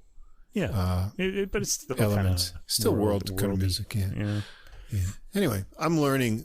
I've always liked flamenco, and now I'm getting to sort of really focus on. Try to learn. I actually learned a little bit about the different rhythms this year now. So now I feel I still don't feel like I understand it, but I mean, I kind of can hone in, zero in on certain elements of it now. Good learning experience. Yeah. So there you have it, from the chamber, and a mix of odds and ends in jazz that all adds up to a really good listening.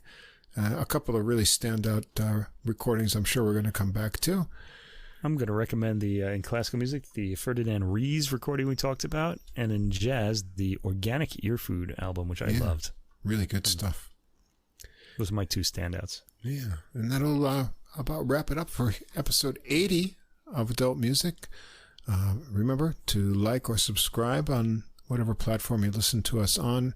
Remember, you can get the playlist for the next week's episode if you check us out on our Facebook page during the week. After this episode goes up and gets shared to Facebook, I put the playlist for next week that's only on Deezer, but there's a link to it on the Facebook. Now, I should say, next week we're going to be kind of in guitar land. Yeah. Guitar-centered recordings. We got to think of a title. Yeah, well, we'll get to that. Another guitar title. What are we going to say? But I am going to tell you that there's one recording that's going to be a debut. We got an advanced release copy. Yeah, how about that? We're moving up in the world. For recording, and we're going to talk about it before anyone else can hear it. So if you want to... In jazz, that is. Know about that in jazz, you can check that out. I'll put that up. I'll allude to it in the listening list, but I won't be able to actually put it up there until a little bit afterwards. So you got that to look forward to for next week. Got some, we've got our picks already made this time, so we haven't done a guitar episode in a while, so that should be kind of... I think we did one this year, though. We did one, yeah. But, it's been it was earlier in the year. A little bit of since we did that. Seems like yesterday. Yeah. As does everything. 30 years ago seems like yesterday to me now. So there you have it. And thanks again to Fast Signs, Staten Island, for our glowing neon logo. And I don't know, anything else you want to say before we close out, Mike? I just want to say, when you're 57 years old, 30 years ago feels like 3 years ago. So I think you just take the zero away and you have like the feeling world of it, you know? Oh, yeah. Let's see. So I was in high school. I went to college. I started college in 1983, and now it's 2022. Next year will be 2023. Yeah. So what was that, like 40 years ago? So it feels like 4 years ago. Wow. That's the way I think of it. Because I kind of remember it, still. I don't know. I feel like everybody I knew then should still have hair. I don't know. On their head. Yeah. I don't know. Well, yeah, time is a funny thing. At least we can measure it with good music as we go along. So. Yeah. Using the time, I shouldn't say killing the time, but using the time gently, letting the time pass gently with music. Really wonderful. Yeah. It's the best way to go with tunes. All right. So thanks for listening to this episode. Remember, I can check out all the links to this music on Apple, Spotify, Deezer. Next week's playlist coming up on Deezer for all of our guitar-themed recordings for next week, including a debut that you get to find out about before you can listen to it on streaming.